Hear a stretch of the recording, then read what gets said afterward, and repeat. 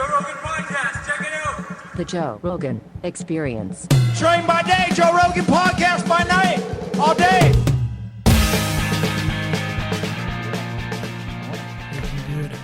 What's happening? How are you? We're doing this. Yeah. Nice to meet you. After how many years trying to get this done? Yeah, we talked. I think we first talked like 4 years ago or something. About right? 4 years ago. Yeah. So, I'm so glad we waited, though. yeah. Because I'll tell you what, 4 years ago, I was a mess. 10 years ago, I was a mess. In what way? I didn't know what I was doing. In There's what- no workbook or a cookbook, or there's nothing out there for anybody to, especially me, you know, I was born in the 60s. Right. And so trying to figure out my life with no guidance and nobody out there, it's been a real struggle. I did a real in-depth reading one time with this person who was like a deep, high-up shaman from Malaysia or over there somewhere, maybe the Philippines. But he did a reading. He said, "You're going to have a real tough life." How said- old were you when this happened? When? This was kind of in the middle of a lot of it. Because Yeah. I was just all over the place. And I was like, and one of my friends said, "Hey, I have this person who I want to give you a gift." And he bought me this session with this guy because I guess it was super expensive because I probably couldn't afford it. It was a long reading too. It was about 2 hours. The guy really got in depth, asked me a ton of questions, and really got into it. He had all my star charts right down to like my geolocation of birth, my exact time, minute. I had all the info for him, and so he worked all that stuff before I did the meeting with him. And so he was going through like tons of stuff.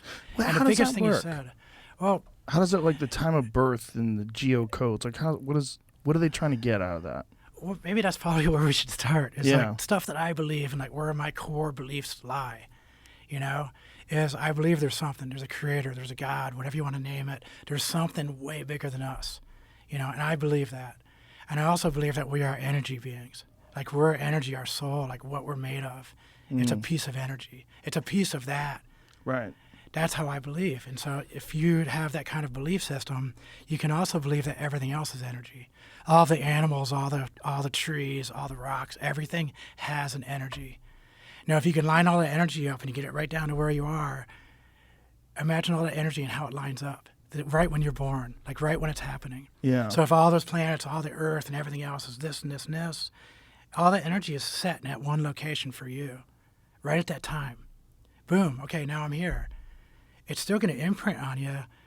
All that energy and all that focus and all that stuff is there, and that's your spot. So is the idea? That's what I believe. Is the idea that the different planets in the different position in the sky, Yep. they all have an effect on gravity. We know that it has an effect on. 100%. Yeah, we know it has an effect on the tides, Yep. right? That's a big part. Isn't that a big part of the tides? Is the gravity that comes from the moon? I mean, think about how much fucking water we're talking That's about. a lot. Right? That Well, is here's a kind of weird crazy. question. Is that real though? That's weird, though. I need to 'cause know that if that's real. Is that what causes the tides? I don't think so. A little bit. We'll find out. We're gonna find out. Well, gravity. This is the important to theory. find out because the theory of gravity. I mean, I think it's a BS theory anyway. gravity's I a think BS theory. I think it's all has to do with buoyancy. It's Archimedes, you know. I don't know what you mean. Okay, so Archimedes' principle is basically the buoyancy. If you take your entire body and you put yourself in water, Right. the amount of water you displace Right. is basically that. And the Yeah. weight of that water you displace, that's your buoyancy. So if you displace more water and it weighs more than you, that means you're lighter than the amount of water you displaced. That means you'll float. Right. Now, if the water you displaced is less than your weight, then you're going to sink. It's just buoyancy. Right. And so if you drop an apple from 30,000 feet, that's how I used to jump for SEAL teams. The fun really? jumps. We can Damn, talk about that 30,000 feet. later. But yeah, it's fun stuff. That's crazy. But if you That's drop an airplane height. apple, yeah. That's like you have to real love airplane that. height, like Yeah. Delta flight. It's mission. Yeah, Delta. Yeah, like for real. Well, Like SEAL teams do it too, I know, not just but I mean American Airlines I know. Delta, that kind of Delta. Yeah. Those guys are cool though, man. I love the guys at Bragg. So listen to what it says here. I think this is what we're looking for. Okay. So it says, I don't know how you say that word, a Perugian, how do you say that? Perugian? Perugian spring tide occurs when the moon is either new or full and closest to Earth. And so what does it have to do? Where does it say anything about gravity? Well, I can give you another one, I guess. Well, Does here, it have anything where it explains the amount of effect that There you the go. gravity The has? Moon's pull. kind of Okay, puts so the gravity. moon's gravitational pull, high tide, low tide. So during high tide, the moon's gravitational pull does affect the tides? That's what the religion called science. This is not an article, though. This is just an image. Right, well, that's what I was trying to find. I mean, is there anything that shows it? I thought that would be a quicker way. It seems like there's something to it. We're so dumb we need cartoons now. I just thought it'd be easier to go that way. But Joe, we can go Joe, all this stuff up there, this is all put out by scientists who have been talking about, Copernicus and everything else for the last, however many years, since what, 13 something. But let's just read what the answer is. It says high and low tides are caused by the moon. The moon's gravitational pull generates something called the tidal force. The tidal force causes Earth and its water to bulge out on the side closest to the moon and the side furthest from the moon. These bulges of water are high tides. So it is because of gravity, which is amazing. So that what I'm getting at is everybody likes to poo-poo the idea that someone can figure out what happens if someone's born during a given time of the year. Mm-hmm. But if the moon has so much of an effect that it changes tides, it moves. How many fucking gallons of water are we talking about, right? I mean, 5 or 6. it's a lot of goddamn water, and the Just gravity of the moon is moving that shit. Yeah. Like, why wouldn't we assume that Jupiter and what position Jupiter is in the sky or Mars is in the sky, that all must have some kind of an effect on something. And if 100%. we're water, like we're kind of mostly water, aren't we? Like 60-something% water. What is the number percent water people are? We're like 78% or something. It probably affects you. A lot, yeah. It probably affects your fucking swimming pool. If you have a swimming pool, it probably moves a little. Well, here's something funny though. You brought up swimming pool. You know the Great Lakes, how big the Great Lakes are? Yeah. How come none of the Great Lakes have tides? That's a good question. So the moon and the sun can't move the water in the Great Lakes, but it can move the oceans? But they do have crazy waves. In adult men, about 60% of their bodies are water. 70. However, fat tissue does not have as much water as lean tissue. In adult women, fat makes up more of the body than men, so they have about 55% of their bodies made of water. That's so true because big muscular guys that cut weight for the UFC, they can cut a lot more weight because they're storing it in their muscles. Okay. Like big Yoel Romero looking dudes, those guys can cut a ton of weight because they have so much muscle. It's the guys who are leaner that have a really hard time with it. Yeah. That makes So sense. anyway, so this thing is a chart that they do of you, and it's it's based on what time you were born and where in the world you were born. Exactly. Yeah. Right to geolocation. And so, do they match this up with some sort of astronomical map of the stars? I wish I had mine. So he draws it all out, and he does the entire astral plane, all of it, every planet, all of the, like even comets. Like you have everything in there, anything that was in that area for that, whatever he does, and he reads all of it. And there's like 10 things for each one of the planets that you can go and do it, and he put it all together. And so what he was saying was, I'm going to have a really tough life, and I'm going to have to go to the underworld. And do you know what a Heyoka is? Sure, yeah. It's actually Sacred Clown, yeah. Yeah, it's the name of my I comedy was just told tour. like that. Yeah, Sacred Clown. So when he talked about Heyoka, there was Explain also that to people. You want to explain that, what that concept is? So the concept is the it was not a court jester, because court jesters, all they're doing is being funny and goofy. The Heyokas and the Thales and the Sacred Clowns and all these were actually religious leaders in the community, but also have the ability to speak and say whatever they wanted. And that's like comedians up on stage. When you have like Chappelle and who was Chris Rock and all those other guys, they're up there telling jokes. And we should probably talk about this too later on, maybe about the whole transgender and all the other stuff. People are getting busted for doing jokes, for being a Heyoka. Heyoka's purpose is to mess with our heads a little bit and make us think. Yeah, was the Lakota's idea was that everything should be tested. Yeah. And one of the ways to test ideas is to poke at it and make fun of it. Yeah. Like there's certain things you can't make fun of, but there's certain things that don't want you to make fun of them. Yep. And maybe you should a little bit. It's good for everybody to get made fun of a little bit. It's just what is the purpose of it in our society today? Yeah. That's where it becomes like a question, like, are you allowed to joke around about certain subjects, or are you going to get upset? And it varies with people too. It's like some people don't get upset at all, and some people get furious if you even breach subjects, which is, I don't think, good for anybody. Well, those people who get so upset about those jokes or about all this stuff, how weak are they that they're going to let that affect them to such a point where they get so angry that they attack? I think people feel different today. You and I are kind of the same age. Yeah. And I think people feel very different today about their feelings, and they feel very differently today about what it is when someone insults their feelings. Mm-hmm. When we were kids, it was super normal for people to insult your feelings. Yeah. And I don't know if that's good or bad, because it's like, as I get older, one of the things I realized is like my mom was the child of immigrants. And I think like that those generations of people that first came over here, like in the 1940s and the 1920s, they had such a hard scrabble life, man, that they maybe weren't the nicest people to their kids. You know, it's like there was a lot of That's like true. beating your kid if your kid did something wrong. Like every kid got hit back then. We all got hit. Everybody got hit. And we all deserved it. But it's weird. It's like, I don't think you should hit your children. I think we know now that it's not a good idea, because it really perpetuates more violence, and it also sends a message that that's the only way to handle something is to put physical pain and inflicted on your child, which I don't necessarily think is the right way to do it.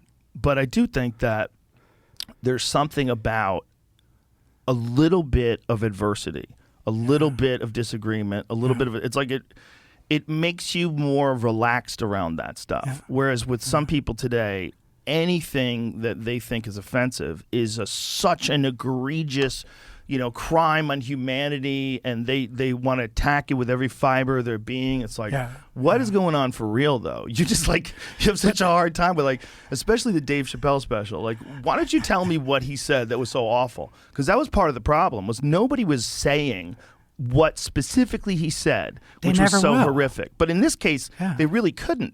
Because it was really a love letter to his friend. I mean, that's like with the last part of it is basically like he took his friend who killed herself and he put her as the closing piece of a gigantic comedy special that everyone's going to see. Yeah. And he did it with dignity, and he did it with kindness, and he did it with true friendship. Yeah. And it's still people are furious. Yeah. Still. It's just one of those things, man. The concept of the Heyoka, I think we could all use a little of that in our lives. Doesn't mean you have to be mean. Why couldn't everybody use a little bit of it? Yes, everybody needs it. Everybody needs a little humor. But there was that time, the sacred clown, like you're saying, the Heyoka, that this is medicine. So, and that's why it was like a duty of the medicine people and the historians. Yeah.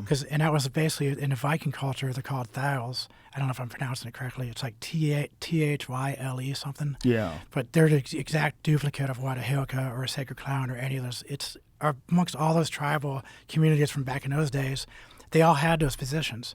It's like James Campbell or Jung, the archetypes, Yeah. You always have that medicine person archetype within any culture. And back in those days, that medicine person archetype was part of that poking the bear and making sure the king knew you're not wearing clothes. Right. Hey, you're doing that wrong. Hey, this is messed up, and make a joke out of it, make it kind of funny so that the king is not offended. And everybody goes, oh, yeah, that's true. How many jesters do you think were assassinated? Probably a lot. That had to be the riskiest job. You're trying to make a fucking king laugh. What if you're annoying and he just decides to kill you in front of everybody?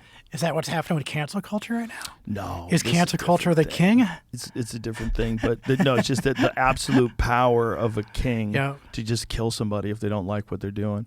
Like, that was one of the weirdest things about Game of Thrones and that kind of shit, when they would cut people's heads off and stuff. You'd be like, yeah, I could see people doing that. I could see someone who had total control just killing someone because they don't like their joke. That evil little blonde-haired guy. Yeah, that little fuck. Yeah, I can see him do it. Yeah, the son. Yeah. It's like whatever it is about human nature. Yeah. That there's like certain places that people can go to. Here's a question for you. When you were talking earlier about our age group, so we're our like X generation, or we're like I'm at the tail end of the baby boomers, right at the beginning of X. So we grew up in a community. If we were doing something wrong, any parent in the neighborhood could give you a whack. Everybody was out playing, doing whatever you want, but we were always in these people big hit groups. other people's kids. Yeah, it was, but that's what it was. You're gonna be out until the street lights turn on, and if somebody, don't do anything wrong because you're gonna get whacked by an older kid or a parent. Yeah, someone was gonna straighten you out. But it was a big group. It was like a collective. We had like realities are different than today's realities. Yeah. Today they're so individualistic, and everything is subjective, everything is relative. And so that makes nothing is true. Because if you think about if everything's subjective in a subjective reality, what's true? I know what you're saying. So I lived in objective reality. So did you, because we grew up in like this a very religious, very red, white, and blue America.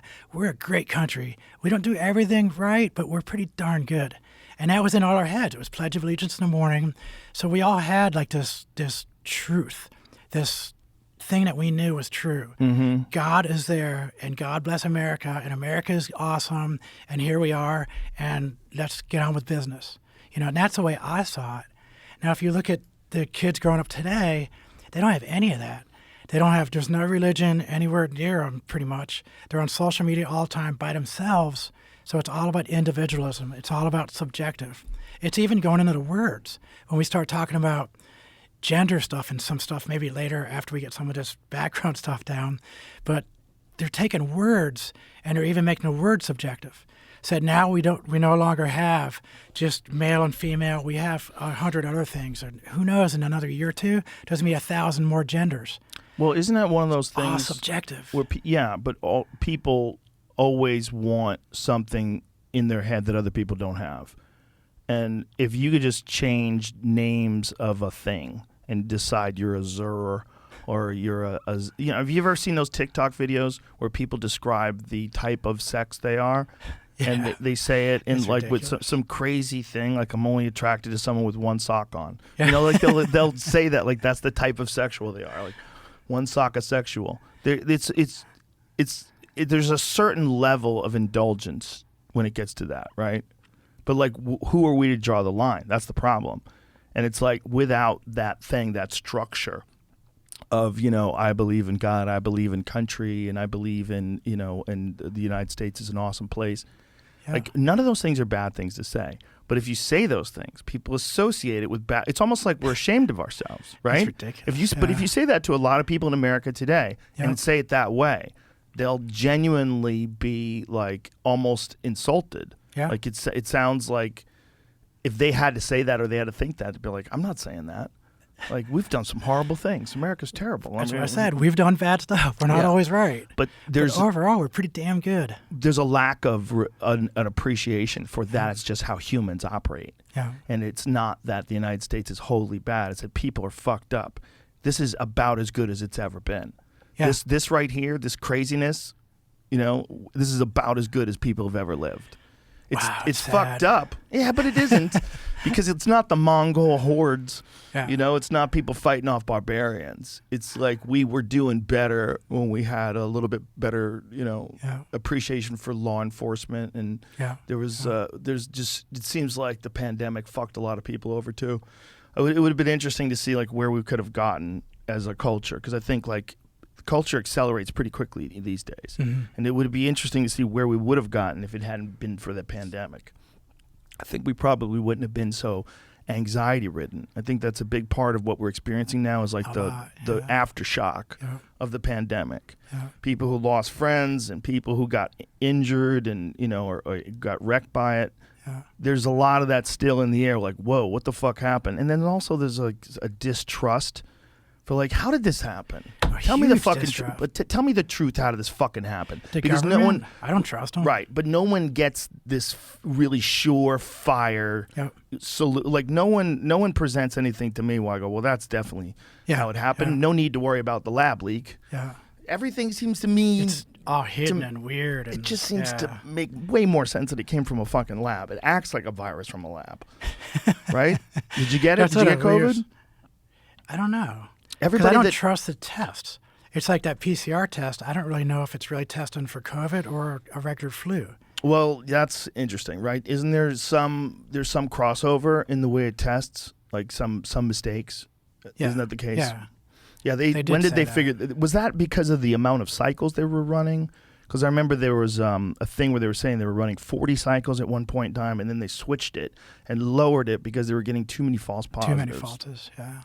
The guy Kerry Mullis, who invented that PCR, he did not think it was a good idea for testing viruses that way. There's like an interview where he's discussing it. Yeah. And he that you gives all could the technical find in data an of why. inert, It was too doesn't high. necessarily mean it's because it's so high. You could just find stuff in you. It'll always pop positive Yeah, well, I don't know if always, unless they but dial it way down. yeah, but it's like it's not you're not at risk for developing the disease necessarily. Yeah. But it's also back then nobody knew. But you nailed it too. It's just like, just tell us something that's Yeah. true. Something I can hold on to. I don't think they want to tell us that it came from a fucking lab. If they 100% knew it came from a lab, I still think they'd be like, the results are inconclusive. Because it's just like too terrifying for people to know that something that killed millions of people came out of a lab. Like that's wild But shit. in the back of our minds, don't we all know it came from a lab? Boy. We've been messing with these viruses and stuff forever. It's the military. I can never say I know for sure, but the people that I've talked to know for sure. Look up Fort Meade. I'm pretty sure it's Fort Meade. But there's there's stuff that we've done in the U.S. military at all these biolabs since like World War I. Well, we've definitely had these crazy labs. We went to visit one. I went to visit one with Duncan Trussell. We went to the one in Galveston, the CDC, whatever it is. Oh, yeah. Dude, it's terrifying. Yeah. You're behind all these walls of glass, and you get to see people in there with the fucking suits on, there's tubes. You're like, yikes, this is crazy. But you know what he was saying? He's saying the worry is not about someone developing something. It's interesting in retrospect because this was like back in 2012, I think it was. Okay. He said the real fear is a natural event, like something happening from agriculture, like a pig farm or something like that. That's where a lot of them come from. Wow. And he's like, that's what we really have to be worried about. Earlier when we were talking about the kids growing up, all that, the Yeah. one thing that I think that we both spoke about, we didn't say the word, it's just respect. Yeah, that's true too. That's one thing that people have out here. Like kids say sir to you. Yeah. They're like Yeah. very respectful. I like people that. raise like respectful people out here. Yeah, there's something to that, man. It's like what you were saying about the whole thing about like what's missing. You know, is the respectful thing, but also like the being upset at almost everything and anything. It's the ability to express yourself so like impulsively on a phone. Like anybody could just express himself. And then they're in an argument with someone who disagrees. And they're just doing it back and forth all day. And it's an unknown entity on the other end of some follower that you're not even in my follow group. You're not even part of my circle. I don't care what you say. It's really interesting because there's so much fucking information that's flying around. Like we were talking about earlier. Like I don't know if that shit works, where they can pinpoint where you were born at the time you were born and figure how it all lines up with the constellations and have some sort of an effect on you. But it when he was doesn't reading all seem this totally stuff, unreasonable. man, when he was going over all those charts, I kept going, yeah, that's So true. the charts were like that's true. saying that you're going to have a fucked up life because of all the data that they were getting from this reading. Wow, He that's just, wild. like when he read it through there, he says, you have a couple paths, and it looks like you're going to have a really tough one. This whole area here. And he just kept going through why, and he was showing me the planets and talking through it. It was the craziest couple hours I've ever had. So when you say you don't believe in gravity, like you really do believe in gravity, Oh, yeah, right? gravity exists. Yeah. I just don't like calling it gravity because it's still a theory. Oh. I just think that it's about buoyancy. The reason I'm not going through this floor right now is because I am less dense than this floor. The reason that apple goes through the atmosphere, the apple is heavier than the atmosphere until it gets to the water. But it's lighter than water for, if you do Archimedes' principle on all of it, everything can be explained by buoyancy. I see what you're saying, but both maybe. Maybe both. Yeah. But that unknown force, we got rid of. For sure, like we had the apple displaces the air. Yeah. Yeah, and falls to the ground. But it's also getting sucked into the ground by gravity. Like both those things are real. Something else is going on. Something else? And I think it's like the ether. And it was something that Tesla went into really big too, was that other substance. And then Einstein, I think, is the one that messed all this up because they started changing the name of it and trying to write away the ether. And they had a few different names for it. But it's basically it's the stuff that's in between all the atoms. Do they know what causes gravity? Can they tell you No. exactly what causes gravity? They know it has to do with mass, right? They cannot explain gravity. What'd you say, Jamie? Don't look at me for this one. I don't know. Come on, bitch. You're scientist. the guy who got an A in physics. Well, I mean, isn't it a thing where they can measure, like, they can look at the mass of a planet and they can say how much gravity, It was like that right? Isn't that drawing. true? There's formulas for this stuff. Yes. Isn't that why the Earth, like when you go to the moon, you're really light because the moon has like 1/6 Earth's gravity. If you have the planet right here, Okay. it's going to cause the There's like a time. draw, There's for a the time folks that are just plane. listening. Kristin made a drawing. There's a time space continuum in all these planes of space. They bend when they go around that object, and so the space actually bends around the Earth and then gets flat again. And with so it makes the a hole bigger, right here. Okay, so if it's a bigger object, It's a then bigger it's a object, bigger it'll be curve, a bigger hole. Yeah. and so So that'll if it's make really more big, it'll gravity. be this, more gravity here. So if you're here and you start falling in that hole that it makes, you're going to fall into that gravity hole right here. That's how it was explained by Einstein, and I think it was also by Hawking and a bunch of other ones. They all talked about how the time-space was full, it bends Yeah. when it has that large mass. Well, that's what Bob Lazar said those spaceships do. Those spaceships that they were trying to back engineer. He said they're working off of this element called element 115. That it was just theoretical. It wasn't even proven that it was a real element until sometime in the 2000s. But he was saying this in like 1989. Yeah. It's like they have a stable form of this element 115, and it sits in a reactor in the craft.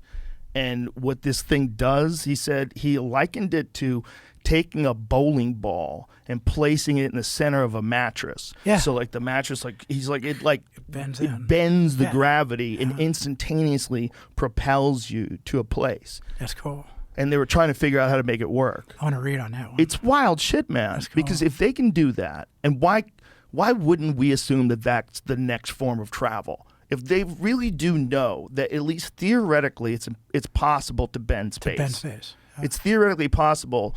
Like there was a movie, what was it? The Event Horizon. You Yeah, remember that that's a one? cool movie, It was like a yeah. monster movie Yeah. in space, and that was a the good thing. one. Is like they were going to be the first people to do it. And so they the way they described it in the movie, it's like you would take like a piece of paper, fold it in half, put a pencil through the center of Yeah. them, and then unfold it, and like you'd Yeah. go instantaneously through all that space. Yeah. You just have to pick the first two spots. Yep. Get to spots. They're going to. There's a do lot that of cool someday. stuff. They're going to do that someday. If you But just there's think about what. something going on besides just the theory of gravity, just saying, and the mass and all that. There's other things going on, and I think that's what Tesla was trying to tap into. A lot of the other ones that think about the energy fields that all around us. So there's gravity and there's a bunch of other There's stuff. is what you're magnetism. saying. There's a lot of other stuff going on. Right. So it's not just one force because the middle of the Earth has a magma in its iron core spinning. It's like, how does that work? But they do know that these planets have a pull on other planets. Yep. They do know that. So there's obviously something going on to the theory of gravity. Like there's something going on to large objects pulling things towards them. That's why Jupiter saves us. Because if it wasn't for the gravity of Jupiter, we'd be fucked. Because so many asteroids go slamming into Jupiter because it just sucks them in. It protects us. It's bigger than us. What was that Van Allen belt? The Also, Van Allen radiation belts. The radiation belts. Yeah, that's not protecting us from. But if you go to the moon, you have to go through those radiation belts, right? Well, the way they described it is it's like a hula hoop, or not a hula hoop, like a barrel, but with no top and no bottom, and you can shoot out the top. So that's what they do. They shoot. And out they the top shoot and out the bottom. top, and apparently you don't have to go through the Van Allen radiation belts. So it would be at the North and South Pole. But then I've heard shit that if you go through the belts, you can go through the belts because it's a short amount of time with high exposure. If you have like a certain amount of protection. I don't know. We're going deep into like space and stuff. Well, it's kind of freaky shit because I've talked to people about it. I said, well, there's like a lot of micrometeors out in space, right? And they're like, oh yeah, they're all over the place. Well, what happens if you're in a rocket ship and you're going to the moon and you encounter a micrometeor and it hits the craft? He's like, well, you're fucking dead. I was like, you just take a chance? Like, you have to. I guess you do. I mean, like a small thing the size of a marble would nuke a fucking spaceship. Yeah. Right? Wouldn't it? Oh yeah. You'd think. I would think Going so. how fast they're going. They've had some They're flying. holes in the space station, right? Haven't they? Because they're just floating around up there. I Yeah. think every now and then they get whacked by stuff. There's got to be holes in that thing. Do you remember that movie with Sandra Bullock? Remember Yeah. that movie where a little piece of junk from space slams into their... I started watching that. I just couldn't get through it. No? I started watching. I was like, man, this is Oh, look at that. Piece of space junk. boom. Damages the space station. Just punched a fucking hole through it. Jeez. That stuff's just floating around up there. We left a bunch of shit up there. Golf balls and weird stuff. Do you know how many satellites must be flying around It is so crazy that we did that without any like thought of like what happens in the future when these things start crashing into each Too other. much junk up there. I mean, how much there must? What is like the worldwide number of satellites? If you had a guess, take a guess. 100,000. I bet you're right. I bet it's about that. No, I bet it's more. I bet it's 200,000. Oh, we have all those little microsatellites too. In the SEAL teams, we had our own little microsatellites we could shoot up. How big are those? It's classified. Oh, really? No, there's some small ones though. there are some real small ones that we can shoot up. 100,000? Yeah. According to the internet, I don't know the source. There's like 8,000 at the most I'm seeing. That's it? Yeah. Oh, Really? Currently flying. Somewhere between 6,500 and 8,200. Oh, interesting. In depending the on history? when they count. No, just current, like at the moment. Just flying up there right yeah, now. I was looking into space debris and how much stuff is all total up there, but Oh, God. I think that's In like history, working there's got to be satellites. 100,000. You I think wonder. they shoot stuff up there all the time? Well, but they didn't really start until the 60s, though, right? Is that when they started putting satellites up there? When did they start doing that? Yeah, they had to be able to carry Sputnik was stuff. what? Right. Sputnik I mean, was they like they 59. probably started shooting shit before people, obviously, right? Like I think things. so. I don't know. Well, Look how- Sputnik was the first one, so Sputnik was 59 or 60 something. you ever see the early movie 60s. Sputnik? No. It's fucking dope. It's pretty cool. It's a Russian horror movie about these guys, these Russian cosmonauts that encounter an alien and then bring it back to the base. It's really fucking good. I It's wanna all watch that. it's all dubbed. That's Sputnik. Sputnik. That's the first Yeah. one, 1957. 57. I Since thought it was then, 59. 8,900 satellites from 40 countries have been launched. Wow. God, I thought it was way more than 5,000 that. remain in orbit. I thought it was way more too. 5,000 remain in orbit. 1,900 are operational. Yo, that means 3,900 fell from the fucking sky. They're still up there. Jesus. Duck. Oh, they're still up there. Or both, or a little mixture of both. Oh, so they didn't fall from the sky. They probably would burn up, though, on their way in, right? I wonder. I mean, I wouldn't bet on it. Do they always burn up? Don't chunks of them fall to the ground? That's interesting. Like maybe they design them. They mostly burn up Maybe they design them to burn up. because they don't have the deflector shields and all the ceramic stuff on them. So they really So they just should going through the probably just burn atmosphere. up, yeah. How wild? They is would that? have no protection. How wild is that? They go so fast they burst into flames. Yeah, 60% of the rocket bodies and 60 to 90% of satellite mass burn up during atmospheric re-entry. That's pretty still cool. 30% and 10% of rocks coming from fucking space hitting you in the head. That seems kind of crazy. That'd be a terrible way to die, too. Oh my God, hit by a satellite. I don't want to die by a satellite. Have you seen that movie Sputnik, Jamie? No. I think it's closed caption now that I'm thinking about it. I don't think it's dubbed. Was it a straight to DVD movie? I think it was one of those movies that I was 2020? yeah. Oh, new. Oh. I was That's flipping new. through iTunes movies and I just clicked on it. I was like, "What is this?" And then it had good reviews. And so I watched it, but it's really fucking good, man. It's very interesting, very unique movie. That's cool. Like it's not like it's very Russian, but it's not like any horror movie I've ever seen before. It's like a complete original. And the storyline behind it is really fascinating. Yeah. It's like they wanted to contain this thing and do something with it, which is I think exactly what people would do if we encountered something from another planet. Yeah. I don't think they'd tell us about it. They probably would never tell us. They wouldn't tell us. Get it. Joe Biden ain't telling us study shit. it. He would lie. He wouldn't tell us about aliens. If he's, Hopefully we didn't get in trouble. they seem to be talking about it a lot lately, which I tell you makes me more suspicious.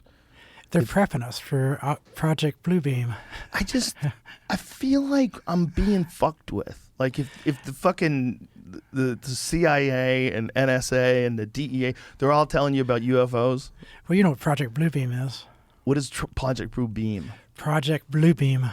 I knew Can you about look Blue that one up? Book. I didn't, So it's a UFO project. It's basically they didn't really want UFOs. They want it to be like a religious something up in the sky. So they can take all these lasers and whatever they're doing. I think they even use UAVs now. So they fly them all around there and they can make full like solid looking, objects in the sky. Really? Anywhere they want.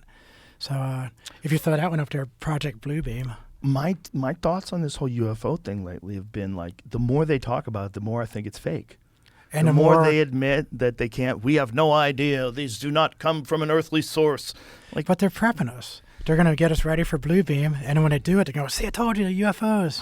I and think everybody's scared. I think they can make stuff now They're going to totally that make it. looks like UFOs. I think they have drones now, I bet, that are like UFOs. I bet that's a lot of what we're going to see. I don't think you can,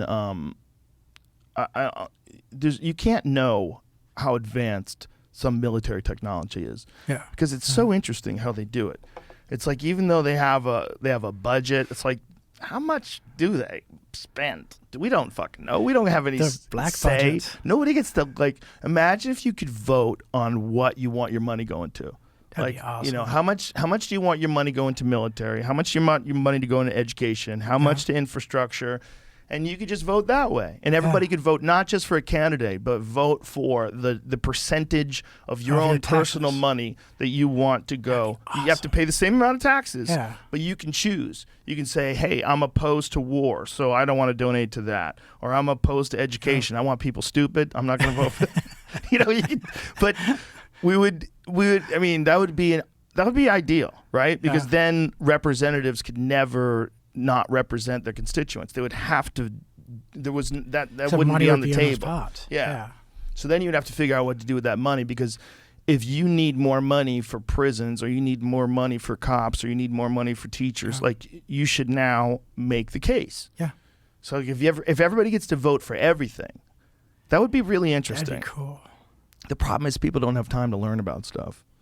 You know, if you're voting for, like, if it's anything that involves finances, most people have eyes glaze over. You're barely paying attention to interest rates. And I was trying to think of what kind of government would that be called? It's That'd interesting. be even Representative government. A representative technocracy. Because we are a technocracy right now. You can't deny it. Yeah, we're definitely, and it's interesting because I think these entities that became a part of the technocracy, these immense tech companies, it was not their idea to do this. They were just, Twitter was just trying to come up with, like, a thing where you could, like, talk to your friends. Like, do you remember Facebook the old days? I just want to hook up with somebody. Yeah, or meet friends from high school and meet back up with them. When you remember that when people would put like at Jamie Vernon is going to have pizza. Do you remember the earliest days of Twitter? Yeah. That's what people would do. Oh, God, yeah. Now imagine that stupid thing would go on to be like the number one source of information and of propaganda. Well, propaganda too, but also of conversations. Like the amount of information that gets exchanged and the amount of people interact with each other on Twitter. It's crazy.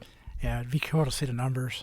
It's nuts. I don't even think they know the numbers. That's what holding up this Elon Musk deal. What's crazy? Yeah, those numbers are crazy. Well, they don't know the numbers of the fake accounts. Is that going to end up being something with the SEC, that they were given false numbers? I don't know. I don't know how that works. I don't know if they know, because it's not whether or not they're false. It's whether or not the method they use to find out is the most effective method. I don't think. But if Twitter knew it had false accounts and it had a lot of other false data going through there, and they were saying these are our numbers, they were giving false numbers to the SEC. Perhaps, but I don't think that would be with their knowledge. The way it's very complicated, because how do you prove that an account is real? And there's also a problem. There's people that have real accounts, but they use them like they're not a real account. So they have a real account, and they log in, but they don't post at all. They just read stuff. Which is fine, right? Yeah, it's true. But some people don't want to interact with people. They just rather just read other people's opinions on things. Those people would be treated as if they have a fake account. So it's like, how do we know? Is there a way to know? And I think Elon has proposed some way to know, but I don't know what that is. But the way they do it is like, I don't know if you're accurate or not. I don't think they know. There's accounts that are fake accounts that are these Internet Research Agency accounts that they're like indistinguishable from regular people. They're posting memes. They're active and they're posting memes. They're commenting on stuff. They're getting people to comment on stuff for the account, and they seem real reasonable, or they act like a normal person, and they're just literally it's like a robot, it's a fucking. It's not even AI, man. It's like a room full of people are doing this. Yeah, the farms.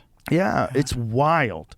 because you can find like tweets where you see the same exact wording in like multiple accounts. You're like, whoa, what the fuck is going on here? And then you realize, oh my God, these are bots. This is crazy. Like, how many of them are there? But I have a couple of accounts, and I run my accounts differently. Like one, I run it super conservative, and I have another one I run it super liberal.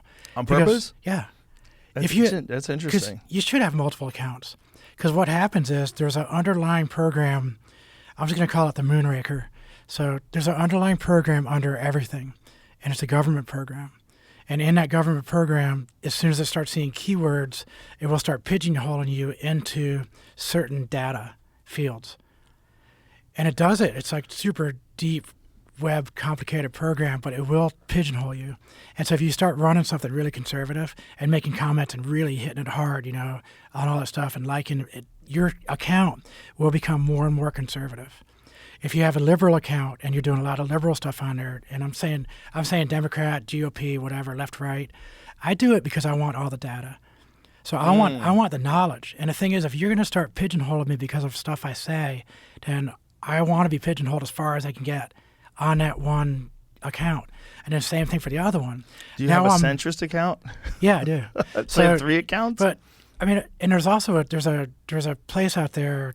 It's a website where it actually takes left, center, and right, and it gives you the data from all those places. Yeah. It's a really cool comparison website, and it does it for politics. That's a weird thing about the whole algorithm, that it does sort of curate information. It will. And it kind of promotes the echo chamber mentality. Echo chamber. Yeah. That's what I was trying to get to. Because that's what you're into, so that's what it gives you. And, and it gives you things that you get upset by because those are the things you engage with the most. So can you imagine if I only had one of those accounts? So if all I had was a conservative account, and that program, I was moonraked into all of that area, I'm going to see so much anti-left and so much other stuff, and everything I'm being fed is going to make me angrier and angrier against the opposite. Yeah, algorithms. And it goes both ways. Algorithms are very interesting. Because I could see how it would help in some ways, like it'll suggest things to you that are interesting, that might be right up your alley, and that would be good, you know, and you enjoy the site more. It's a better product for you. Yeah. But then there's the other thing it does when it comes to opinions, and it locks you in with 100%. Yeah, and it also like seems to that sort of engagement is almost like it's instigating bullshit, instigating disagreements. It totally does. Yeah. And that's why I don't understand what the reason, why? Because I think they didn't anticipate it. I think they thought it was going to do the first thing. I think they thought, everybody's looking for like some insidious plan, but I think it's just human nature. And I think what they were doing was showing you the things that you engage with the most. Yeah. So like my friend Ari Shafir, he did an experiment, and he only viewed puppy videos on YouTube. Yeah. And all YouTube would show him was videos of puppies. Yeah. So because that's what he asked for. Right? Kind of like what I did with my multiple accounts. Well, but he just did it for an experiment, as did you. Yeah. But if you're that person that clicks on those kind of it's just going to show you that stuff. Yeah. But it's not that it's insidious. It was designed, I think, to enhance the experience. So if you're looking for, like, you like watching European football, so like you're looking for these matches, and then all of a sudden it's suggesting all sorts of other matches, and it's like, oh, this is great. I don't even have to look for them. They're right there in front of me. It helps you engage the platform more. But then people are so crazy that what we want to do is get upset by stuff. Yeah. And even though the world outside, like Bill Hicks used to have a great joke about that, about watching CNN. And about, like, you know, they were talking AIDS, disease, death, everyone's going to die. You know, you'll never live to be 100. And I forget what the joke was. Then he would open up the door and look outside and be like, where the fuck is all this shit happening? Where's like, all the death? Birds tweeting. And it's like there's a thing that happens if you focus only on negativity. Yeah. And if you only focus on negativity, it's very bad for you. It's not. You can get too much information, and it's not how you're supposed to live as a human. You're not supposed to interface with 7 billion people's worth of bullshit. It's just too much. You literally can't exist like that. It's terrible for you. And there's a lot of people who do that. Yeah. And that is one of the things that's heightened us on top of the pandemic. So you have the pandemic that fucked everybody up, and then you have this social media that's sort of naturally accelerating everybody's anxiety and freaking everybody out. And it's closing in all our echo chambers. Yeah. So if all we're hearing is that one point of view, yeah, we're going to really hate the other side. Yeah, and I just that's think terrible. That's what we fell into. Our whole country is falling into that trap. Just a lot of people that I knew that were like pretty reasonable people that during the pandemic especially just ramped things up to such an extreme. You're like, my God, man, are you okay? You're so political. Like I go to their Twitter page and it's just filled with politics stuff. It's like, Nothing what are good. you doing? Yeah, it's a whole world, though. It's a world. It's just we all. It's like a baseball fan. It's like, it's the worst. You know what I mean? Like, you know, baseball fans like to read off stats. Yeah. These fucking political people, they get really political. It's like, man, you're almost like a sports fan. You're a sports fan for the Democrats. Maybe it is. Maybe that's their team. Hey, go team. I really think that's what it is. I think there's a real problem in having parties at all. I think you should just have people with ideas. Because I think when you have parties, it just makes people want to, like, if you're on one side, you don't like the other side. You don't listen to their reasonable ideas. Fuck them. They're the enemy. We're going to crush them. Come November. You know, and it's like, that's probably not healthy. It's probably not healthy for the country because people naturally tend to gravitate towards a team that accepts them, whatever it is. You know, like you pretend you like things to get in with the cool crowd. Yeah. People do that. They do it all the time. Yeah, and that's a natural tendency for human beings to want to be connected to a tribe. Yeah. And it's like you don't necessarily want that. You kind of want to be able to have a lot of ideas in your head. Yeah. You don't want to have to like be like, if I believe in this, I believe in that because it's a part of my tribe. And you hear it from all sides. Yeah. Maybe I believe in this, but I think that's dumb. Yeah. Maybe I think you guys are a little oversensitive. Yeah. Like, have you ever heard of loose traps? Loose traps? Loosh. L-O-O-S-H. Loosh. No. Loose trap. What is that? So that's a little bit about what I was talking about when we get into those echo chambers and we get all the negativity, and when that underlying program is constantly feeding us all the information to make us deeper and deeper into our own, nihilistic, self everything. It's our way of pulling all the data. So the loose trap is it's a negative. It's piling on all the negative feelings and negative information and making people get that anxiety, that angst, that anger. And so the loose is actually it's probably going into a little religion and spirituality a little bit. But if you believe that there's good in the world, then you also kind of have to believe that there's also the opposite. Yeah. If you believe there's that good energy can heal, like there was that one experiment they did at some university or somewhere where everybody got around a thing of water and they give good vibrations and good energy to the water. And then they studied the water under a microscope, and the water was in this really cool geometric shape. Then they did the same experiment with some water, and they were angry at it and yelling at it and being mean to it, and the water was all discombobulated and weird looking. I saw that, but I didn't know if that was bullshit. I was always going to ask you, Jamie, to look that up. That'd be a good one to look up because tell you what, and because we're so much water. If that's real, that's crazy. 67% water. But if it's not real, that might be just as crazy. It shows how crazy people are that would make something like that up. That's almost more interesting. But I really think it's true. But I wish it wasn't true now because then it's even more fascinating that someone would make something like that up. It would make it weird, wouldn't it? Where'd you think of that? Dude, I went for like forever, for a long time, believing that the sky was filled with these flying worms. This is how stupid I am, Kristin. Listen to me. Wait, you're freaking me out This is how dumb I am. I was getting baked with my friend Eddie Bravo, and we would watch these documentaries on these things called rods. This is one of the dumbest things I've ever done. And I mean, I spent many hours watching these things. Like, this is incredible. You can only capture them with high-speed cameras. That's not true at all.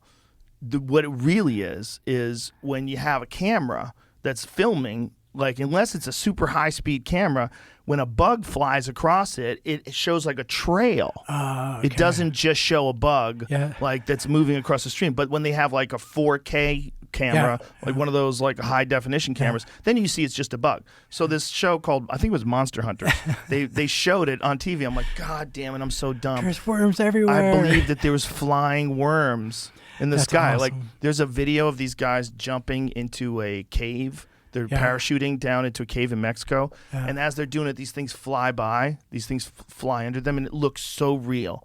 Like if you're dumb like me and you don't understand exposures and You keep cameras, saying that. see if you can find that because it's so stupid, dude. For fucking years, I believed this. Jeez, At that's least a awesome. solid 2 years. I thought this was real. Now I I've watched gotta, like- hours of those documentaries. I have to look back in my memory and what was something that I believed that was just totally off the That's the wall? dumbest one. That's the dumbest one of things I believed. I think the Bigfoot one, I believed Bigfoot for a long time. But I think Bigfoot used to be real. That's what I think. I think I don't know, there's I too think many Bigfoot Native still American is. words. Too many Native American words for that animal. But there's also South American words, and there's Yeah. words in Siberia. There's also a real animal that existed with humans. It's called the Gigantopithecus, and it was a like in the orangutan family, and it was somewhere around 8 feet, 10 feet tall. It was huge. There's a photo of what it would look like because it was a bipedal hominid. Yeah. It was a standing upright ape that might have been 10 feet tall. And there's a picture of it, like what it would look like if it was like a modern human was standing there next to this thing. It's fucking crazy. So This why is a did real why did animal. the Smithsonian destroy all of those huge skulls, the giant skulls, and all the giant bones? What? All of the 15-foot, 20-foot Oh, tall you're taking me humans. down a good crazy road. So 20 to Here we go. 10, 15, 20-foot tall humans. And the And the Smithsonian, Smithsonian destroyed destroyed them? Are you sure? all the skulls and all the skeletons. Are you sure they There destroyed were, them? yeah. Well, Let's look at this supposedly- Gigantopithecus first. I'm going to show you this Okay. first because it's so crazy. Just show me an image I'm of. on 4 things back up right I now. know. I'm sorry. and then I got the water thing, but I'll do Okay. gigantic you did pictures. find Should we it. go to the water Well, thing first? nah, It's I don't cool know. because it's like it's jumping around. It's I don't making these know. shapes. We'll go to the I don't know. water thing, and then we're going to come Water back to thing's pretty Bigfoot. tough. And then we're going to top it off with what was the last The one? We're gonna water go down thing some is- rabbit I holes. tried to look that Yeah. up pretty quick. It's pretty tough. Is it tough? Why? Breaking it, I couldn't find any sort of science about it, any scientific things. So then I went to the Wikipedia of the guy who made the claims, and in this 2003, James Randi published an invitation to him offering him to take the $1 million paranormal challenge, in which he could have received $1 million if he could reproduce the experiment under test conditions, and he did not receive a response. Oh. That was the water stuff. Yeah. Okay. Damn. So it's The water horseshit. stuff, it's showing like snow, like crystals when they turn into Yeah. snow, and then it's a bunch of other weird pictures, and it's just showing pictures. There's no like science on how to reproduce Thank it. or God anything. for What that about- James Randi guy? What if you look at frequency effects on water? That's Because the way frequency effects on water. That's way different than what this was claiming. Is that you have to like leave water in a jar for 30 days and like talk to it. That's different. Oh, that's than different, too, running than I was looking frequencies at. Through it, yeah. Because the frequency has really lined it up and made it. Is there any science on the stuff. talking to plants? I think there is. That's different too. Is it? I mean, yeah, but I'm just trying to like. Well, think about church. reproducible Did you go to science church and- as a kid? Not that much, but I stopped when I was like 7. So I grew up in a very church atmosphere. Jerry Falwell, we went to that school and church with Oh, Jerry really? Falwell and Adrian Rogers in Memphis, Tennessee. So we went to the big mega churches. We were like deep Baptist, evangelical Christians. Damn. So I got indoctrinated really young for a long time. So if you start throwing Bible verses at me, I can throw Really? it down. Yeah, I can throw it Wow. down. I can throw down Bible quick. So what branch of Christianity? is that? Davidian? No, I'm just kidding. Ah.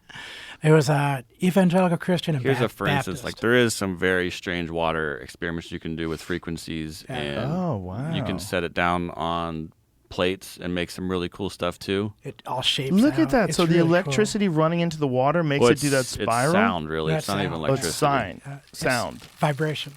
Like it's Oh. this is the spout. The spout is connected to a speaker. The speaker is being controlled by an oscillation thing. Oh. But if you do all the hertz, you can see it. Oh my God, this is incredible. What is the? And there are. This is just one experiment for this. There's a lot of other really really cool ones. There's the ones that run through all the frequencies, and you have these the balanced frequencies, which is. I'm messing up the frequencies right now. I can't remember. TBI. I just blame it on TBI. Maybe I smoke another joint. The it changes shapes, so it goes into like this hexagram and all these different shapes. Yeah, depending on what different frequency patterns. is. So if you change the frequency, the patterns change. Right. And so if it can do that, and then that's what I was talking about prayer and churches and singing. There was a time when a lot of humanity would get together at least once a week, and they would sing together, and they would pray together. And no matter who you're praying to, God or Yahweh or the Creator or the Maker, whoever you want to pray to, if everybody's on the same frequency, everybody's on the same energy, and they're giving you all this energy, how could that be bad? Look at this thing. Yeah, this is some weird shit. So the ultrasonic waves are causing these objects to levitate. So they're levitating in the ultrasonic waves. Is that ice? I don't know. I don't even think it says exactly what they're floating there. It's probably just a piece of maybe like rice or a piece of paper or something. Holy shit. But people speculate this is maybe how the pyramids might have been made because of the frequencies that people think they make or could have made, back when they existed in the way they did in their original form. And if you think about all of... I don't know how. This is part of like that was Graham something Hancock that stuff. And Eddie Griffin said outside the Comedy Store once, high as fuck, smoking cigarettes going, I don't know pyramids were made with sound. Yeah, I believe there's a frequency. I remember someone's talked about there's a hum in there or there's a specific frequency in one of the pyramids. I don't remember. Well, there's something certainly to like the shape of the stone and the fact that it's all going to echo like crazy. And there's that one pyramid the in South design. America. You can yell at it, and it gives you a bird sound back. Yeah. There's something going on with the weird. pyramids. I We're a wonder if pyramid culture. that sound, have you ever seen that, Jamie? Where the guy stands down at the bottom of, I think it's in Chichen Itza, and he makes some noise. What did he do? Did he yell? I think you can make clap. You can Clapped. make any noise, loud noise, that it comes back as a bird. It sounds weird. It's pretty cool. And that's like the temple of Quetzalcoatl, I think, too. I might have made that up. But that's like their It bird. sounded good. Their crazy bird god. Is it in Chichen Itza? Chichen Itza echo clap. But if you do the... Look at this. Oh, yeah, this Here is it it. Yep. Isn't that, if you saw how big this pyramid is and how far away this guy is from it, you would realize how crazy that is. If you're listening to this, just listening to this. This is a It's simple unbelievable. echo. Actually, it's very simple to explain. When you clap in front of a pyramid, of a slope, the sound will go to the top. In this case, a pyramid. And if it's there a cavity or a temple, like in this case, the echo will come back to you. If you clap in front of an Egyptian pyramid, nothing happens because the sound goes away. But here, the sound comes If back. they amazing. did that on purpose, Why it sounds like a imagine bird? if they figured that out on purpose. Imagine if they designed that. If they designed that, we need to figure out what the fuck went wrong. Like, what happened? Something happened to Yeah. what is it, the Dryas section? Younger Dryas impact theory. And Yeah. nobody talks about that. Why don't we ever talk about the fact that we were very advanced human beings doing amazing things, the pyramids and doing this and floating rocks and doing space stuff maybe back in those days. And then it all was destroyed. Now we're rebuilding. Why can't we accept that fact? Well, I think it's civilization has these rises and falls, and we always want to believe that we're in the middle of rising and that we're at the highest level that people have ever been, because we're way higher than anybody that we know of. And when we look back 1,000 years from now, we're way more advanced than them. But when you take into account the Younger Dryas impact theory, it gets real confusing, because dig in. you start going, well, okay, if that did happen, like how smart were people 12,000 years ago? If the U.S. was really covered, half of it was covered in a mile-high sheet of ice, and people were creating these insane structures, like insane, whether it's the pyramids of Egypt or, I don't know what year Machu Picchu was made, but a lot of people date it back a long time ago as well. Is Machu Picchu from that era? Like, when do they think Machu Picchu was constructed? But it's another one of those 5,000 or things. It just doesn't make any sense. Yeah. It's so amazing. None of it makes sense. Like, how did you get these stones here? They're so big and it's so perfect and beautiful, and the way they contoured the stone We still can't do it. to fit into these slots, it's We incredible. can't do it. 1450? We still can't. 1450, really? That seems wrong. There's but no way. that's Oh, what- that might be just one of those things. There's one of those things where, like, archaeologists, they'll date a thing, and you can't really date stone, so they date whether it's biological material. They have to find like a piece of wood or something that they can do a carbon dating Something thing on. organic. You can't date stones, so they're probably just kind of guessing. They might be off. But the thing is, like, that becomes doctrine with a lot of people. Like, they found that thing, Göbekli Tepe, and that threw a monkey wrench into everything, because for sure that's 12,000 years old. Yeah. For sure. So that means somebody covered it up intentionally 12,000 years ago. That means they could build this stuff 12,000 years ago. Like how? Yeah. How are they able to make these immense stone columns when we think that these people are supposed to be It might just be when it hunter-gatherers? was saying the last Sphinx are older. occupied was 1450. Oh, that's what it that was. And makes that's sense. what it's just giving me the answer for when I That asked. makes sense. That makes sense. That makes more sense. Like 1420. people kept using it. Yeah. But when did they actually make it? That's when you probably get can't to say. when you get to looking at stuff like the Great Pyramid of Egypt, and they place that somewhere around 2,500 BC. Maybe they're right, but there's so much shit there that's below that. There's so much stuff that they find, like these old kingdom structures that are under the ground. There's old and they have to- subway systems under the pyramids. How about all the stuff they're finding in the Amazon? it's They're crazy. finding all these ancient civilizations in the Amazon that could have been immense and had who knows how many fucking people living in these really complex grids. Like that was all cities. It's crazy. So I've been buying old encyclopedias. So I'm trying to find, like I have an encyclopedia from 1910.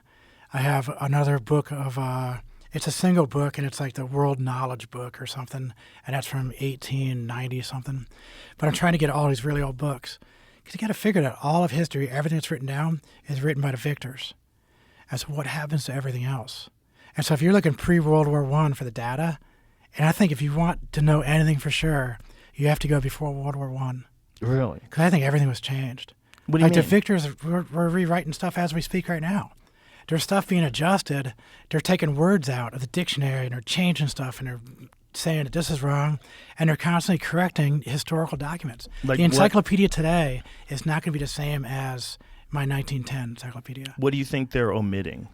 I think they're trying to cover stuff up. Like what kind of stuff? I really believe that, like, if you start looking at Rockefeller and a lot of the really big, rich moguls from back in those days, they changed the schools, they changed the universities, changed how we think, they changed how we educate.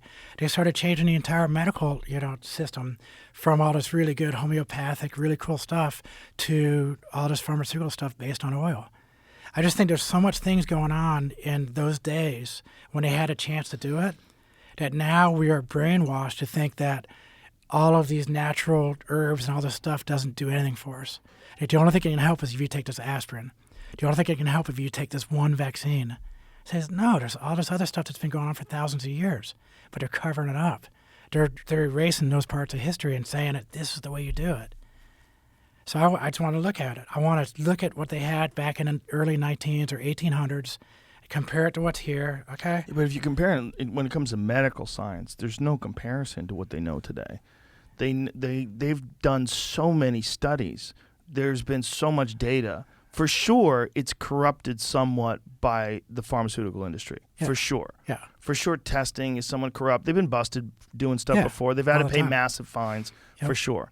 But also, for sure, our understanding of how to heal people is better than it's ever been. Oh, too. yeah. I Both 100% agree. Yeah. So, like, that's one of the things that I when people want to talk about, like, using herbs to cure diseases, I'm like, what? Medicine's pretty fucking good, too. Yeah. Like, it's like you can't throw the We can baby do out with both. the bathwater. But why can't we do both? Yeah, we should be able Why to can't do we both. look at all these herbs and saying, if I take this willow bark and I scrape this down and I do this, and it's going to be, there's aspen trees, there's all these different trees and all these different herbs that have really good benefits. What do you get out of They an got aspen rid of tree? all of it. I thought the aspen tree was the bark, and that's how they used to use it for headaches and stuff. It's willow tree, right? Oh, willow. Isn't that, Willow? isn't that- Yeah, I isn't think it's that willow. One of those? You scrape the bark Is off that the all you willow. have to do to get aspirin? I It's bet the it bark. tastes like shit, It's the though. bark off a willow tree. You eat this bullshit ass bark. You just swallow a couple of bare aspirins. 6 months ago, I stopped using toothpaste. Oh my so God. I don't use any toothpaste. What do you wash your teeth with? Well, I just do brush to get stuff out. But basically, Oh. my mouth bacteria is at a point right now, just like your stomach. All those bacteria, there's good bacteria and bad bacteria. Yeah. So the good stuff is built up good enough right now that I have zero odor, zero nothing. I don't have to worry about anything in there. Really? Yeah. So you think we've been fucking ourselves over with toothpaste? I think a lot of pharmaceuticals and all this stuff out there isn't always the right stuff for us. It is a common misconception that aspirin is found in the bark of the willow tree. A related compound called salicin does indeed occur in the willow bark, thereby explaining the use of the bark as a medication since the time of Hippocrates. Okay, so it works like, it's just a different thing that works like aspirin. And it's not acetylsalicylic acid. Oh, look at you, smart It's pants. aspirin. Yeah, it's what is this? Yeah, so that's Gigantopithecus. Nice. That was a real thing. So that was a real animal. And the way they found out about this is interesting. There was a guy, I think it was an anthropologist, was in an apothecary shop in China in like the 1930s, I think, somewhere like early in the 20th century. And he found this tooth. And he's like, what is this? It's a giant primate tooth. That's cool. And he was looking at it. He was like, this is wrong. Like, where the fuck did you find this? And they took him to wherever it was, and he found more. So he found jaw bones, and That's cool. the position of the jaw is one of a hominid that is bipedal. So it's like the position of the jaw is supposedly one that's a stand-up gorilla. Yeah. So this big-ass, hairy, man-looking thing that you saw in that first picture, apparently that was a real thing. And it lived alongside people. Like, there was a thing walking around like that in the jungle. That's pretty cool. It's fucking crazy. Can you look up 1800s giant skeletons? Oh, yeah. The Smithsonian killed the giants. Yeah, because it would be the same thing as this, Here's the claim. but these are all Giant human skeletons were found by the thousands and destroyed by the Smithsonian. An old hoax has resurfaced in an Instagram meme claiming that giant skeletons were found but were destroyed because having to explain the existence of these skeletons contradicted the evolution of mankind and creation, end quote. The July 25th post by the user Conspiracy Theories, that's probably a Russian anyway, which has gained over 54th. That's probably a Russian hoax. 54,700 likes reads, giant skeletons were found by the thousands, but most were destroyed or thrown in the ocean by the Smithsonian and Vatican. Okay, can you do the newspaper articles? Because it shows in the newspapers throughout the entire 1800s and in the 1900s in the United States, there were almost every week a farmer was digging up a giant skeleton. But did they take pictures of these things? Yeah, there's photos. Just photos? Yeah. So that right there, there's probably a lot of hoax that the Smithsonian didn't destroy thousands. They only destroyed a few hundred. Or But the Smithsonian or did it was just admit. the thing is, like, people are always full of shit. Well, some of the bones they were shown were dinosaur bones. I did read that in the article. It said that they were just showing pictures of people finding dinosaur bones and saying they were giants. But there's a whole bunch of old, early 1900s, 1800s newspaper articles where they were printing them in the Austin Gazette. Yeah? Some farmer just out on the road dug up a skeleton and then went down there and took pictures and put it into the Austin Gazette. Did There's- they not? there's Maybe they tons of didn't these know articles. that it was a dinosaur? Maybe they thought No, it was they're a full person. of It was like a human woolly skeletons. mammoth or something. They're full human skeletons. Really? They just took pictures of them. Is in there these any farmer photos fields. of these full human skeletons? I don't know. I'm super skeptical. in the newspapers? Super skeptical. Super Should skeptical be. about these giant Should human be. skeletons. Take some data from right and All right, left. I found something, Figure it but out. let's see what it is. There's a picture, giants in Here it West is. Virginia. Giants in There, West here's Virginia. one. There's a There's tons of these newspaper articles. that's high all resolution. That does not look real. We don't know how tall that other dude is either. That's me standing next to Shaq. Okay, what does it say? I don't know. I'm trying to read through quickly, but I'm just looking for newspapers. Could be. Look, If you could just be. do it, just the pictures of the newspapers going to the Why would the images. Smithsonian destroy it though? Well, they had a whole bunch of them, and it did admit to destroying a lot of skeletons. And it's another newspaper article that I found Imagine if you where went the Smithsonian is actually apologizing for destroying those skeletons. Really? Yeah. The Smithsonian apologized for They did a destroying real little giant article skeletons? that they destroyed a bunch of skeletons, or a bunch of them got sent off somewhere, or died in a fire. They said something happened to them. Do you And imagine I said, if you "Hey, we're went- sorry." That Imagine if you went over Bill Sorry. Gates' house. He takes you into a secret room. He's got That'd be giant awesome. skeletons. He's got all of them. What the fuck, dude? This They is were cool. real. And all the dinosaurs were actually dragons. Imagine that. Yeah. Imagine if dragons were. I mean, you think about why are there so many depictions of a similar creature throughout all these different cultures? Like that was that Matthew McConaughey movie. Do you remember that movie? There was a movie where it turns out they were digging into the ground for something like oil or some shit, and they tapped into dragons. Yeah. And the dragons were, here it is. Giant This is what I'm skeletons talking found. about. Cave in Mexico gives up the bones of an ancient race. Okay, it says Charles C. Clapp, who has recently returned from Mexico, where he has been in charge of Thomas W. Lawson's Minnepig Mining Oh, interests. it's so bad resolution. Mining interests, and is called the attention of Professor Agassiz Agassiz. How do you say that? I don't know. Agassiz. I guess is he? To a remarkable discovery made by him. He found in Mexico a cave containing some 200 skeletons of men, each above 8 feet in height. The cave was evidently the burial place of a race of giants who antedated. I don't know what that means. Predated the Aztecs. Oh, wow. I've never heard that word. Antedated the Aztecs. Mr. Clapp arranged the bones of one of these skeletons and found the total length to be 8 foot 11 inches. The femur reached up to his thigh, and the molars were big enough to crack a coconut. The head measured 18 inches from front to back. And this is like, what year is this in the New York Times? 1908. Wow. So there's a ton of newspaper articles from all around the country, all these little tiny gazettes. But that why some would they farmer talking destroy about. it? It's just Look at another there's one a of those couple of things them. where Look at that. it's Giant like, skeletons why? found Los Angeles. Strange skeletons found Madison, Wisconsin. Georgia. You're going to find it all over the whole country and all around the world. So, but why would they hide that? I don't know. That's the thing that really boggles my mind. Is like, why would 18 they? feet I tall. don't Look at that know. one. Austin, Texas. Austin, Texas. See? Austin. They were tripping on peyote, man. If the report of the fossilized skeleton of a giant 18 feet tall has been found near Seymour, Texas is true, it is the most important ethnological discovery ever made in the world, remarked Dr. J.E. Pierce, professor of anthropology at the University of Texas. I bet he probably said that with the most mocking tone ever. Do you understand that it would be the most important ethnological discovery ever made in the world? Look how big he was. But here's the question for all this. So this is a newspaper article from 2,000 Austin, pounds. Texas. Look at Austin, this. Texas newspaper article from way back in the old days. Yeah. Why would they print that? Why would they print that? And it's all over the country. There's newspaper articles just like this all around the entire country of farmers digging up bones. It's a good question. Look at this. This is a 12-foot tall guy. Well, it could be that it was real. Or it could be that it became a myth that just gets repurposed.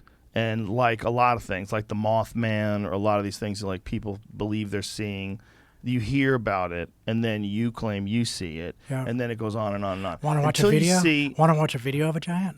a real giant? A real giant How video. big is he? Probably 15, 16 feet tall. What?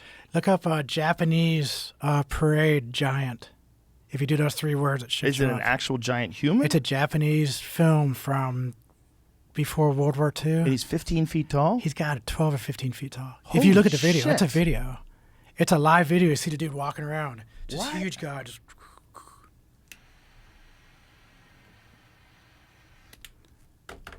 Imagine if they just died off. It was too hard to get food. or imagine if we went to war with them. How would we win?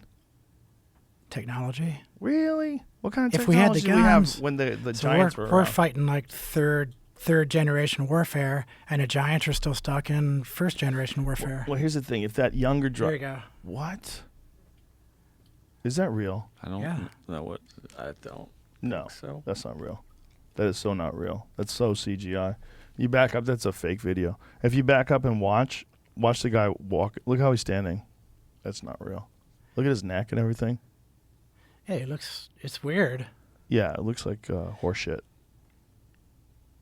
Yes. I would love to Doesn't study it, that Jamie? film now. Yes. This looks like someone Yeah. was practicing making this. Yeah, it looks like someone student put like a project CGI. type Even deal. the way the thing's moving, it's like so rigid. Oh yeah. Yeah, this is fake. It took some old footage and added some stuff Yeah, into it. yeah, that's what they did. They spliced that in there. I want That's- to see like a full analysis though, because this is Kristin- one of the videos that's been around. Next time you have a question like this, you bring it to us. You can't be Okay. running around believing this shit. Okay, so I got to give up that one. Gotta give that one up. So there's no giants. I think there's no giants. I think the Bigfoot one is probably, if we go back to that Younger Dryas impact theory, that apparently they think that could be what was the cause of mass extinction of Yeah. like an enormous number of the megafauna on North America in particular. Yeah. It all happened around that time period. And they think if that was a real animal and it existed at one point in time and it coexisted with people, Yeah. it could have died off just like the mammoth did, but a lot of other animals did during Yeah. that time The period. larger- Saber-toothed tigers, Yeah. they all died off around then. Yeah. Yeah, they don't know why those things all died off. Like, there's a bunch of different theories, but one of them is that younger dryas impact theory. Yeah. It's a very good one because we know things get hit by asteroids. It's not outside of the realm of possibility.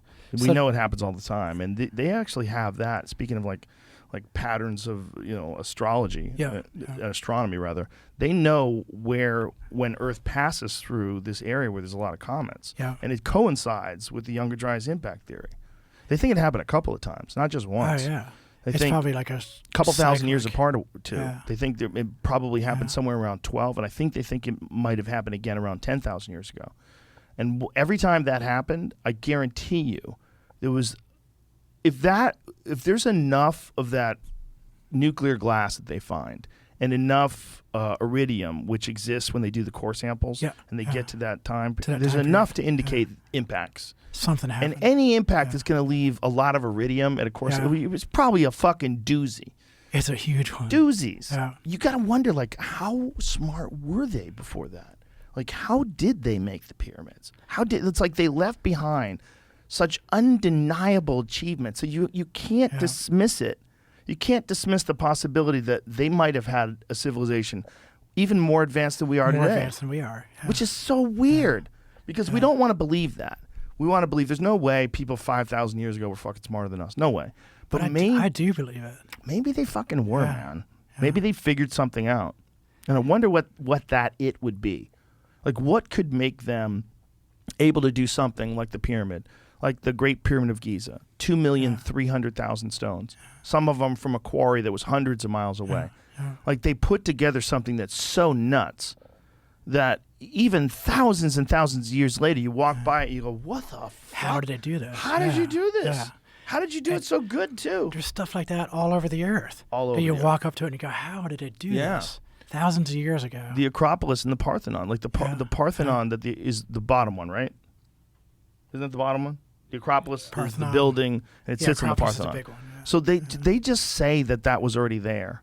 Like the Parthenon, the part that it's built on. You ever see how fucking big those stones are? Freaking huge. And it was just there. So when the Greeks built the Acropolis, that shit was already there. They built it on top of it. And everything's all square. It's all perfect. It's so big.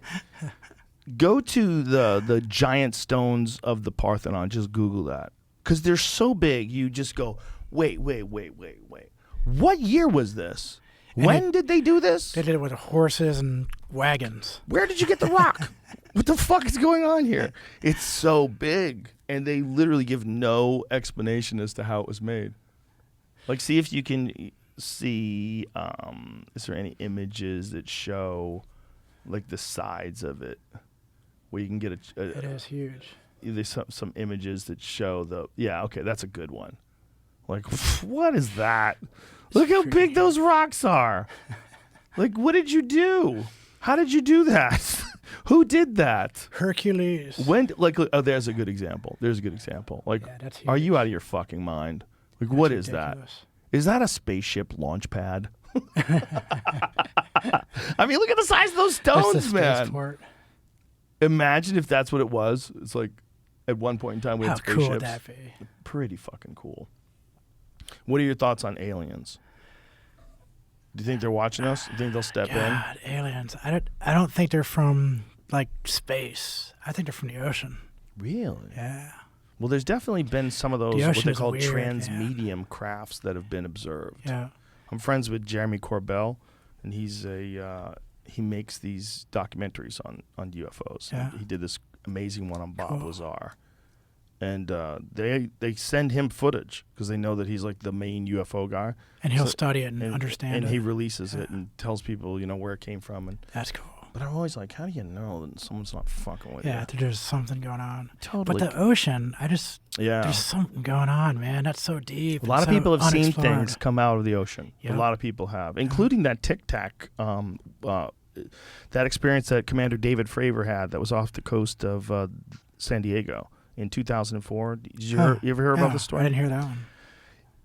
Commander David Fravor is he's a naval pilot, rock solid, just everything about him. Like you believe of every word out of his mouth. Never had an outrageous day in his life that was like this. Yep. And then one day he has this thing that they see that's hovering over something that's in the ocean. So something is in the ocean below the surface, whether it's like, it looks like the size of an aircraft carrier or something, and there's something above it that is this thing that's shaped like a Tic Tac. And I think they said it was like, how big was that thing? It's like 20 feet long. So it wasn't that big. Whatever this thing is, they tracked it on radar going from 50,000 feet above sea level to 50 in less than a second. Jeez. They don't know what happened. That's nuts. They tracked it with, they got video of this thing, and they had eye contact by 2 different jets that saw this thing, and they were communicating about it, and they were discussing it, and he's talked about it. That's cool. And then whatever that thing was, jammed their radar, or actively jammed their tracking, which is technically, supposedly an act of war. That's what they say. And then it immediately vanished at this insane rate of speed and went directly to their cat point. So it knew where they were supposed to go later in their journey. Yeah, that's cool. Like it knew. Damn. Which is fucking nuts. Yeah. And they were like, it's back there. And the people that were tracking it and the ship said, hey, we found it again. It's at your cat point. And they're like, what the fuck? I want to watch that. And there's a video of the that thing video. taking off. They don't know what it is, though. Like, what is that? Is that a drone? Is that from another planet? Is that something we have? Are we But you're practicing open-minded with enough to those look things? at it and wonder, what is that? I want it to You be don't an alien. automatically shut down and go, well, that's just fake or whatever. No, but I want it to be an alien. That's the problem. The Yeah. reason why I'm so critical about these things is because I want them to be real. If they came from under the ocean, though, wouldn't they still be aliens? Not good enough. It has to be like out there somewhere. No, it would be cool. The big it would alien. definitely be cool, but there's levels of cool. So like there's Aquaman level cool, pretty fucking cool. But then there's a Silver Surfer cooler than Aquaman. Silver Surfer is definitely cooler. Silver I Surfer like is Silver cooler than Surfer. Aquaman. No disrespect. I'm a big Jason Momoa Yeah. fan. I think he was the Yeah. best Conan ever. He But was pretty cool. He was the best Conan. Yeah. It's just the movie wasn't the best. But he was the best Conan. He was the most believable Conan. He could definitely be Conan. Yeah, because that's what a guy like Conan would look like. He wouldn't look like Arnold Schwarzenegger. He's too jacked. Like, And how he do you- wouldn't have that weird accent either. I don't, yeah, he's all shaved down and oiled up like he's about to pose. But Momoa was like the most believable. But something coming from space is better than something coming from the ocean. I don't know. I think if it came from the ocean, it would be like they've been here the whole time. Do you remember that movie, The Abyss? We just won't look. Oh, that's a good movie. That was a movie where they came from the the ocean, seals right? are such jerks, though. Yeah, that was. Why do they do that? I don't know. They always make the seals that are all getting shot by those Marines down in that one little hole. So I was talking to one of the guys that was in that movie, a SEAL team guy. Who was it? It was, shoot, I don't remember. But he was talking about that. And he says, what do you think about, this scene? And it was the producer, director talking to the SEAL team guys. Well, it's just total bullshit. We wouldn't be going through this sewer and coming up through here. We wouldn't be doing that. We wouldn't be doing that. Yeah, but it's for the movie. You have to do it. He says, yeah, but we wouldn't do that. He says, yeah, but it's in the script. You have to do it. He says, yeah, but we think this is bullshit. All the SEALs were pissed that they had to do such bad tactics. Yeah, it's why wouldn't they want it to be accurate? I don't You'd get think, it. Like, yeah. why would that make it a worse movie? They always make the movie screwed up like that, though.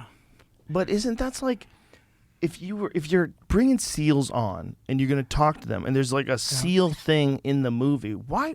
How arrogant are they to like disrespect the SEALs by coming up with shitty tactics that you would never do?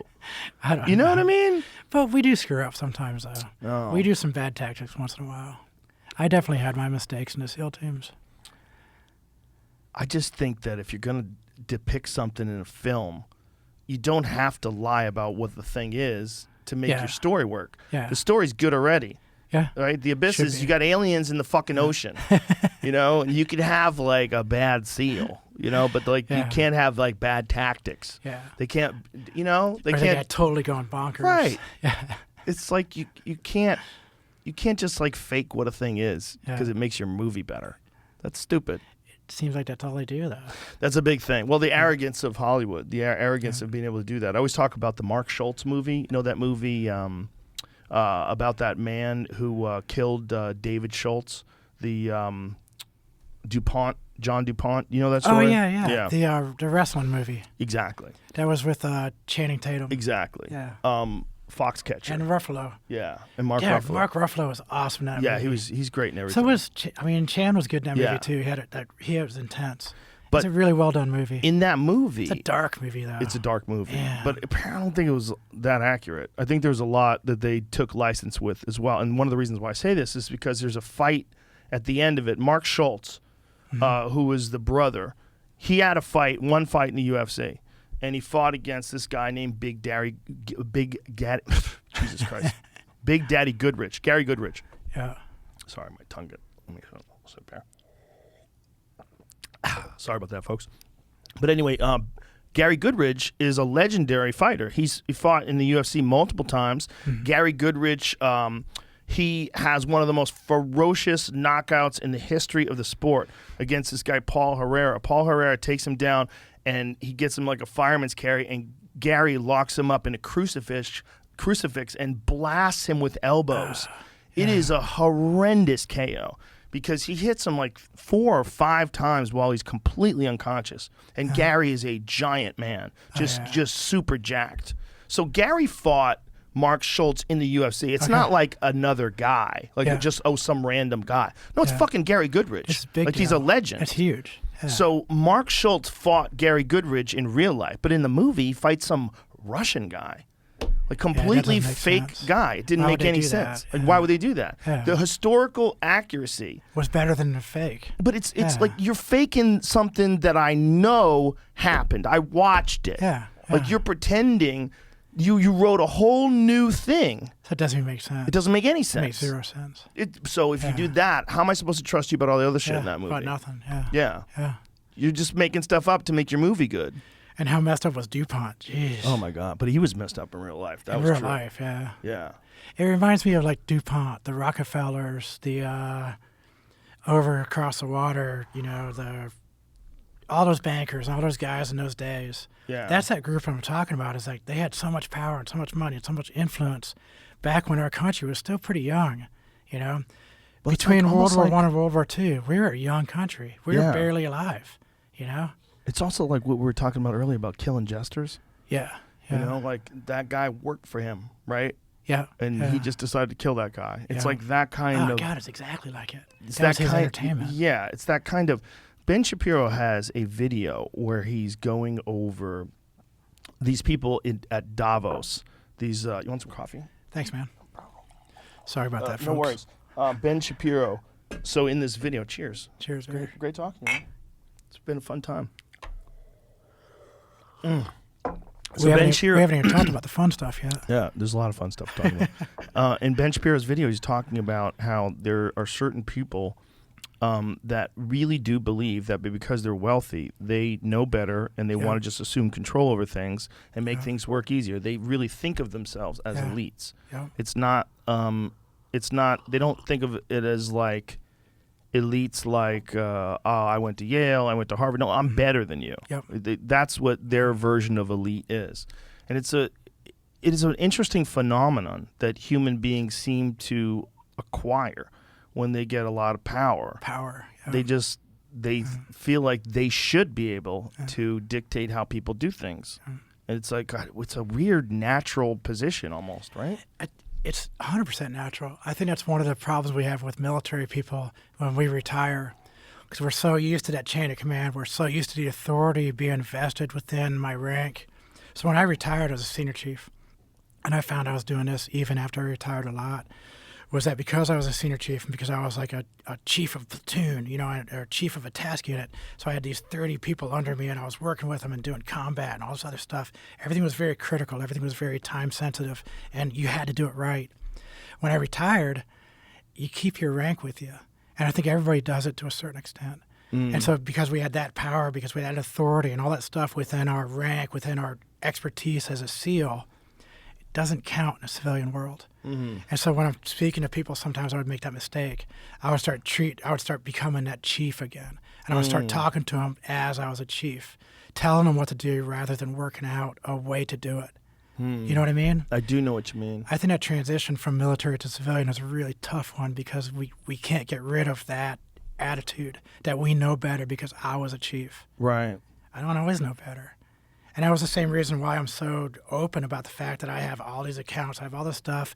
I want to get the data. I want to read all about these giants. I want to read about the younger Dryas. I want to read about religions and multiple religions, Buddhism, Taoism, Islam. I want as much data as I can. Yeah. So that I can make the right decision. Also, you want to know how other people think too, right? Yeah, 100%. Because we're a weird species, man. Fuck yeah, Humans. so We're just, weird. Messed up. Some people think so different than you. Yeah. And they're fucking adamant about it. Like when you watch pro-lifers and pro-choice people scream at each other, you're like, wow. Yeah. Like that's one of the best examples of how differently people think, whether it's because of ideology or religion or what causes you to be so rock solid and rigid in your principles, whether you're right or wrong. Yeah. It's a strange thing when they collide with someone who is diametrically opposed to you but equally passionate that they're right. Yep. And you watch people scream at each other, you're like, whoa, we're so strange. Yeah. We're such a weird species. And they're going to fight about that. Then they made it political. The pro-choice, pro-life, all the other stuff is so politicized. Well, it's and one we of do those that things. to everything. But it's one of those things where you clearly know by someone's choice whether or not they're on this side or that side. 100%. If someone says I'm pro-life, oh, that's a Republican. Yeah. He's a Republican. Yeah. It's weird. And there's also things like climate change. Like people that are That's like political too. They believe so much that we're fucked.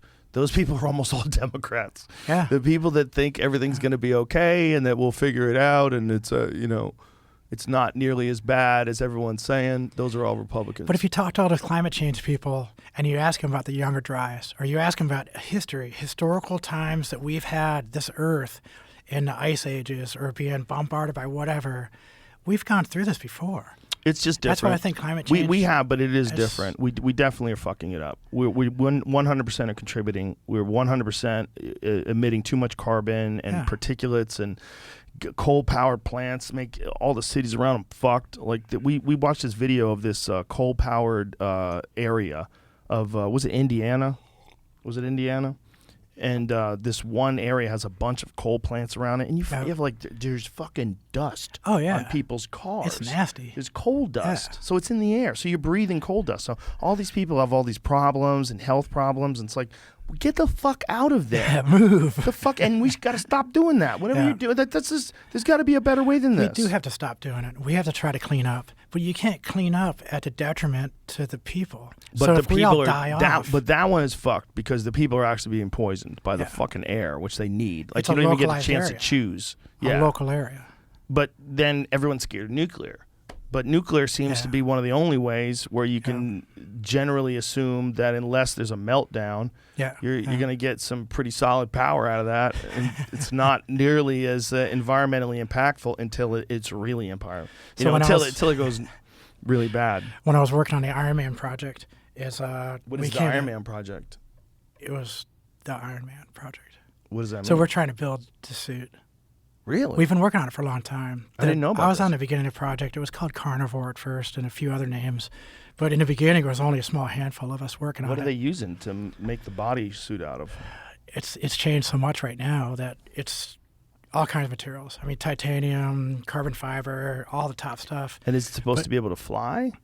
It's going to do a lot of stuff. Does it have an exoskeleton so it's stronger? Yeah, it's exo, yeah. And it's much stronger. You can carry, 1,000 pounds. You can do a lot. I've all the seen guns, that all the ammo. stuff. That stuff's wild. So we're getting there, but if you think about that kind of a suit, that exoskeleton, how are you going to move that exoskeleton, those people? So if you had a squad, let's just say you had 12 dudes in those exoskeletons, what airplane are you going to use?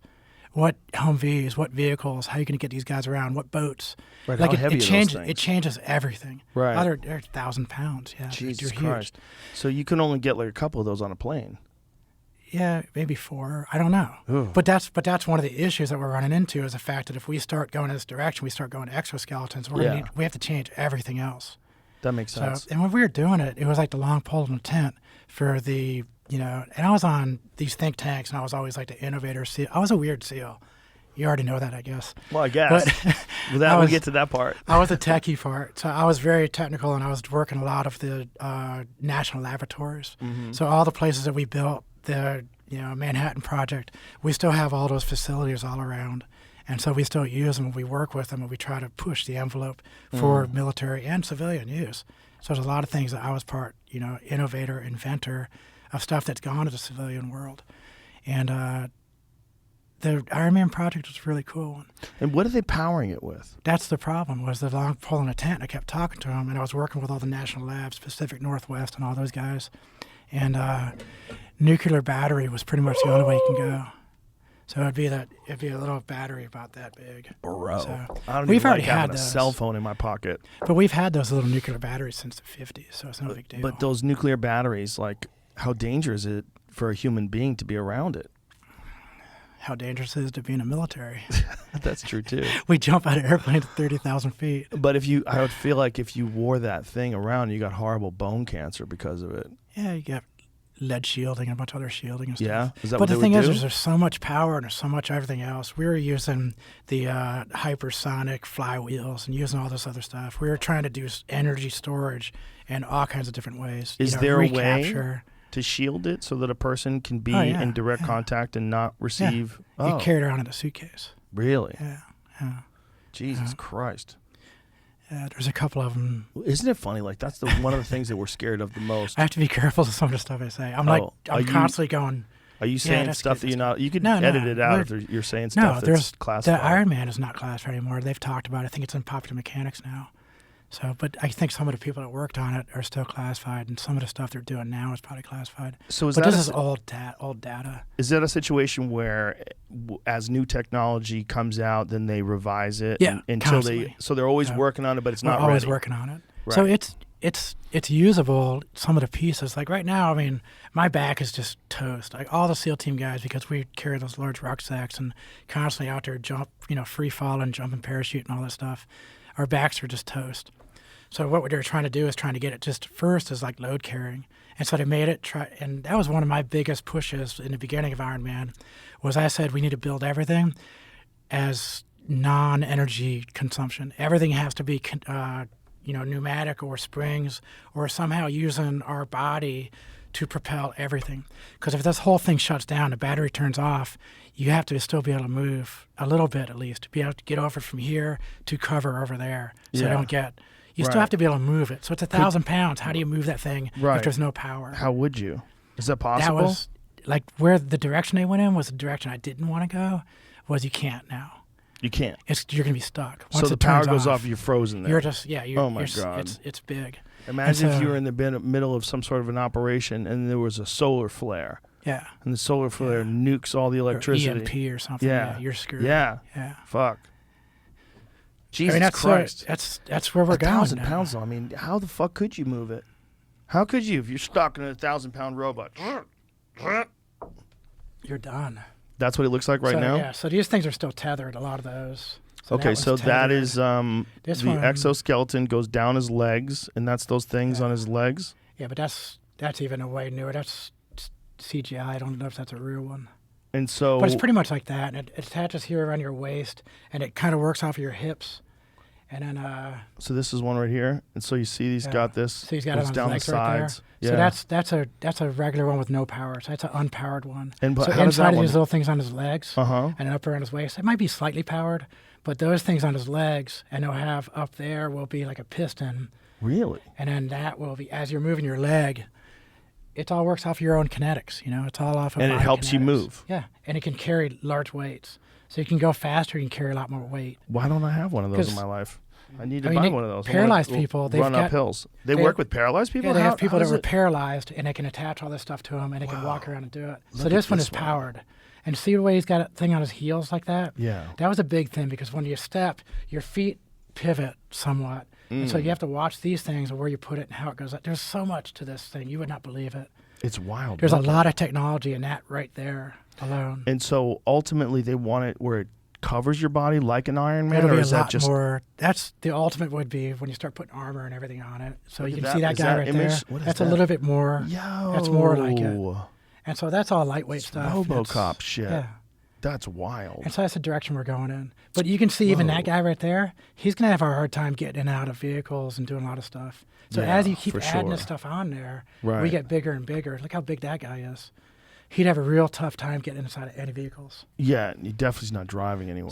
So that's what the pros and cons. It's like, yeah, we have all this, we have that, but now we have to redo the vehicles. We got to do this. There's a lot to it. How and Oh, that might be.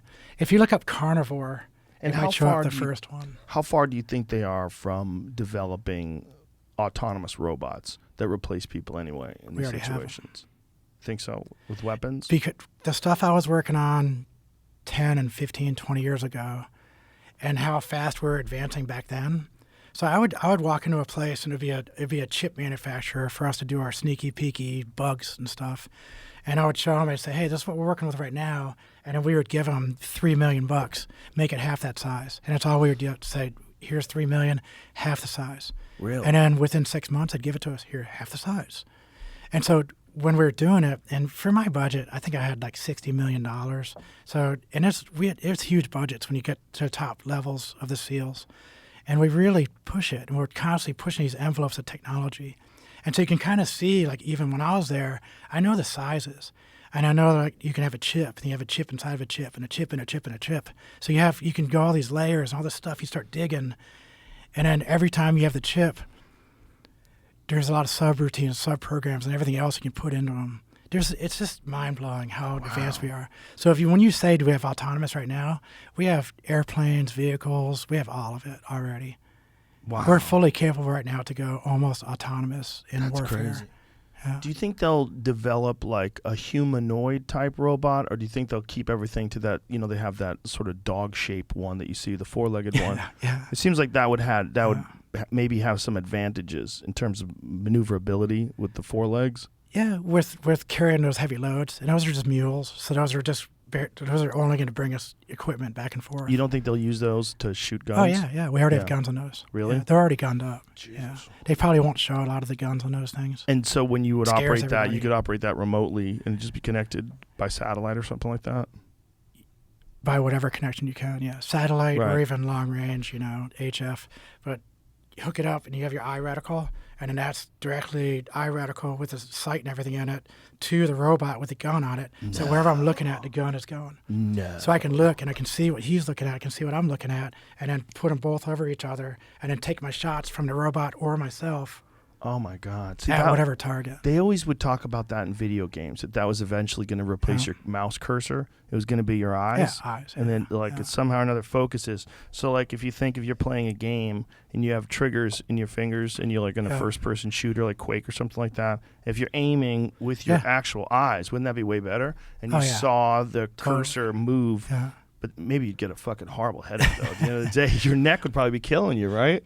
Well, the Because you'd be Harriers. doing this all the time. Your neck would probably freak the fuck out, wouldn't it, Jamie? Doesn't that make sense? If you were probably playing a start video hurting. game and you were using your head as the cursor, so that's what this these guy's guys, doing. yeah. Oh my God, this is amazing. So just stick that on the robot. There's a guy. Oh my God, this is amazing. So what we're looking at is a man in a cockpit, and as he moves his head up and down, the gun below moves exactly where his vision is. That's wild. So here's how our Marine Corps guy almost killed an entire SEAL team platoon. Oh no. So he was flying up there, and he was in a Harrier. I think it was fast mover. But they also have stuff like this. I'm pretty sure it was a Harrier. I don't know what. I'm pretty sure it was a Harrier, but he had it hooked up to his helmet like that, and he also had to press to talk to us. And so we're on the ground, and he's flying past us like this. We're all down here, and he's looking down through his cockpit and window. the gun is pointing down. He didn't hit. Yeah, he's looking right at us with his gun. No. And so instead of pushing to push to talk, he hit the trigger and started blasting at us. And that was like one of the big guns. That was bigger than that. It was a Vulcan. It was a big gun. Holy And so he just started shit. blasting at us. Oh my and, God. So they always had the wingman. The wingman, dude's flying like this, shooting at us. The guy up here is going, Winchester, Winchester. He was yelling, Winchester is out. And the guy was going, oh, fuck. And everybody started freaking out. We're down there just trying to get away. But yeah, it was pretty bad. It was hairy. How many rounds did he let off? Like 8 or 10, not that many. Yeah. But it was like, go. Not It was like, that go. many. And we're like, oh, Oh man. my God. What And then they fuck? kind of owed us. So there's a video out there somewhere, because then they owed us, because we were like, we knew what happened, because we heard the guy yelling Winchester, because we had the comms and everything. We're like, oh, fuck. And so we told him, he said, hey, that Winchester, can you guys do a real low-level flyby for us? Help us out a little bit? And they were like, okay. And so those guys went, I swear to God, man, they were 20 feet off the deck. These guys going, almost breaking this, speed of sound, like just barely off the deck. And dudes, like, when they went by, it was like throwing us down. Wow. It moved us. Wow. It was like throwing guys to the ground because they were so low. We were like, That's yeah. crazy. We're like, okay, we'll forgive that. You didn't kill anybody, and you gave us a nice flyby. Glad you didn't kill anybody. Holy shit. It was nuts. And But yeah, September robots, 11th it's happened. easy. Right after September 11th, I was working in where the fuck is it? Palmdale.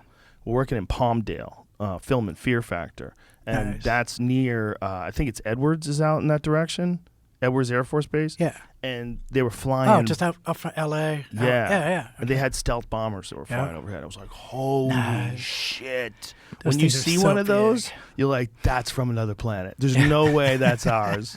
It seems so much like a UFO. It's also so big, Yeah. and it looks like it's going slow because it's Yeah. so big. You're like, it looks like it's going like this. It's just hovering. You're like, no, that thing's still going It was like 400 miles an hour, but it's so wild. big, it doesn't look like it moves. It looks so much like a spaceship. It was one of those. It was one of those, and it was another different one that's like a dark colored one that they use to Yeah. avoid radar. I don't That's know cool. how many of them do they have that do that. How many different jets do they have that look like a stealth bomber? I don't know. I think there's only like 3 or 4. It's not that many. We saw. I'm pretty sure if I remember correctly, we saw 2. It's a long Yeah. time ago. My memory sucks about this, but I do remember seeing the stealth bomber flying. Going, I feel like this is Star Wars. Yeah. I feel like this is We have a boat built like that too. really. Yeah. And does it do the same thing? That's it. It's similar. Yeah. That's the one we saw. Yeah, I think we have like 3 of them kind of similar built like that. What the fuck, man? Look at that thing. That does not look like it's from this world. It's pretty cool. It's so cool. America. Look at that thing. That's incredible. Wow. Look at that, though. That's pretty China, cool. Russia could make U.S. stealth tech obsolete. God damn it. Well, there's another example of how stupid we are as Americans. So that airplane right there costs what? How many billions of dollars? And then it becomes obsolete so fast. Then we're building all these super carriers. Yeah, but is that we're stupid, or is that just what happens? Isn't that what happens? I think mean, it's as because of how technology advances, though? But I think it's a failure about how the American mind works. We want this really big stuff that can carry really big stuff, and it's super expensive, and it's one. That one. Holy shit. All of our super carriers, SR-71, are super carriers like the, what is that new one, the Carter? And they cost billions and billions, $1 trillion. And the Chinese have the hypersonic carrier busters. And so we build this thing for $1 trillion, and then the Chinese build a hypersonic carrier killer for $100,000. They shoot 10 of those at us for $1 million. They just destroyed a $1 trillion carrier with $100,000. Well, isn't that just how technology works, though? They're always coming up with better and better solutions. We keep going bigger, though, and bigger isn't always better. We could have Right, done. but we it's could a have done. battle, right? They don't know that until they do it, and then someone comes up with a better thing, and then they have to come up with a better thing than the better thing. Like, swarm make it smaller, technology. make it half this size. That's the same Swarm. thing. I want the isn't it? swarm technology. Yeah, but what they're trying to do is admirable. I mean, they're trying to Yeah. make a fucking spaceship. You know, if someone makes a better spaceship, you're like, okay, well, we'll come up with another Let's spaceship. get up a better one. I mean, that's how it gets there. It doesn't get there like they just sit in a lab and think about it and come up with all the possible counters to this, and so they get paralyzed by analysis. But what's more effective, a SEAL team platoon or a battalion of regular 11 Bravo Army dudes? I would imagine the SEAL team is more effective. And it's the same thing with the giant carriers. The giant carrier, or let's have 10 smaller ones. Or have both. We're Have America, both, goddammit. We should have all that shit. I wish. But then We if should we have start voting on the money. We have our own Space Force. Don't we? Yeah, kind of. Jocko, run for president. Please. Please, Jocko. Jocko and Tulsi Gabbard could fucking win. They got together. Tulsi is really doing some good stuff. I Jocko like and her. Tulsi Gabbard Yeah. could become president and vice president. 100%. I don't know in that order, what order it would be. I don't know if Jocko's into politics, though. I don't know if he is either. Well, we need I don't him. think he is. That's but some sensibility. I went through training with Jocko. I love that I dude. got some history with him. He's amazing. Yeah. So He's when done some good stuff. when did you know that you were a woman? Like, when in your mind did you know? Oh, God. Did you know when you were young? Yeah, yeah. Like, how young? Like, for as long as you remember? Yeah, pretty much. Earliest memories. Like, what did it feel like? What felt different? Because this is in a time where it wasn't generally accepted or even discussed. It's the early 70s. Right. There's nothing. And that's what was so confusing to me, was that I was thinking differently. I would always look at everything and I would say, you know, that's kind of what I think like, more like that. Or my sisters, I would see those sisters and I would see my brother and I'd be like, that's more like me. and I couldn't do anything like them. Otherwise, my football coach, religious father, had a real problem with it. So I would always just hide it. So, I mean, it was always there. It was like and the thing is, like, that's got to be part of the conversation. It would be like when you said, when I think I was a woman. So it wasn't, I know that a lot of stuff I'm going to talk about on here, a lot of people are going to get angry. And I know a lot of people aren't going to believe me, or they're going to say that's wrong or that's that. And I like that. That's cool. I don't mind. Please argue with me. Tell me I'm wrong. You know, I want to know something better. I want to know the truth. And Right. I don't know. I don't know what this is about.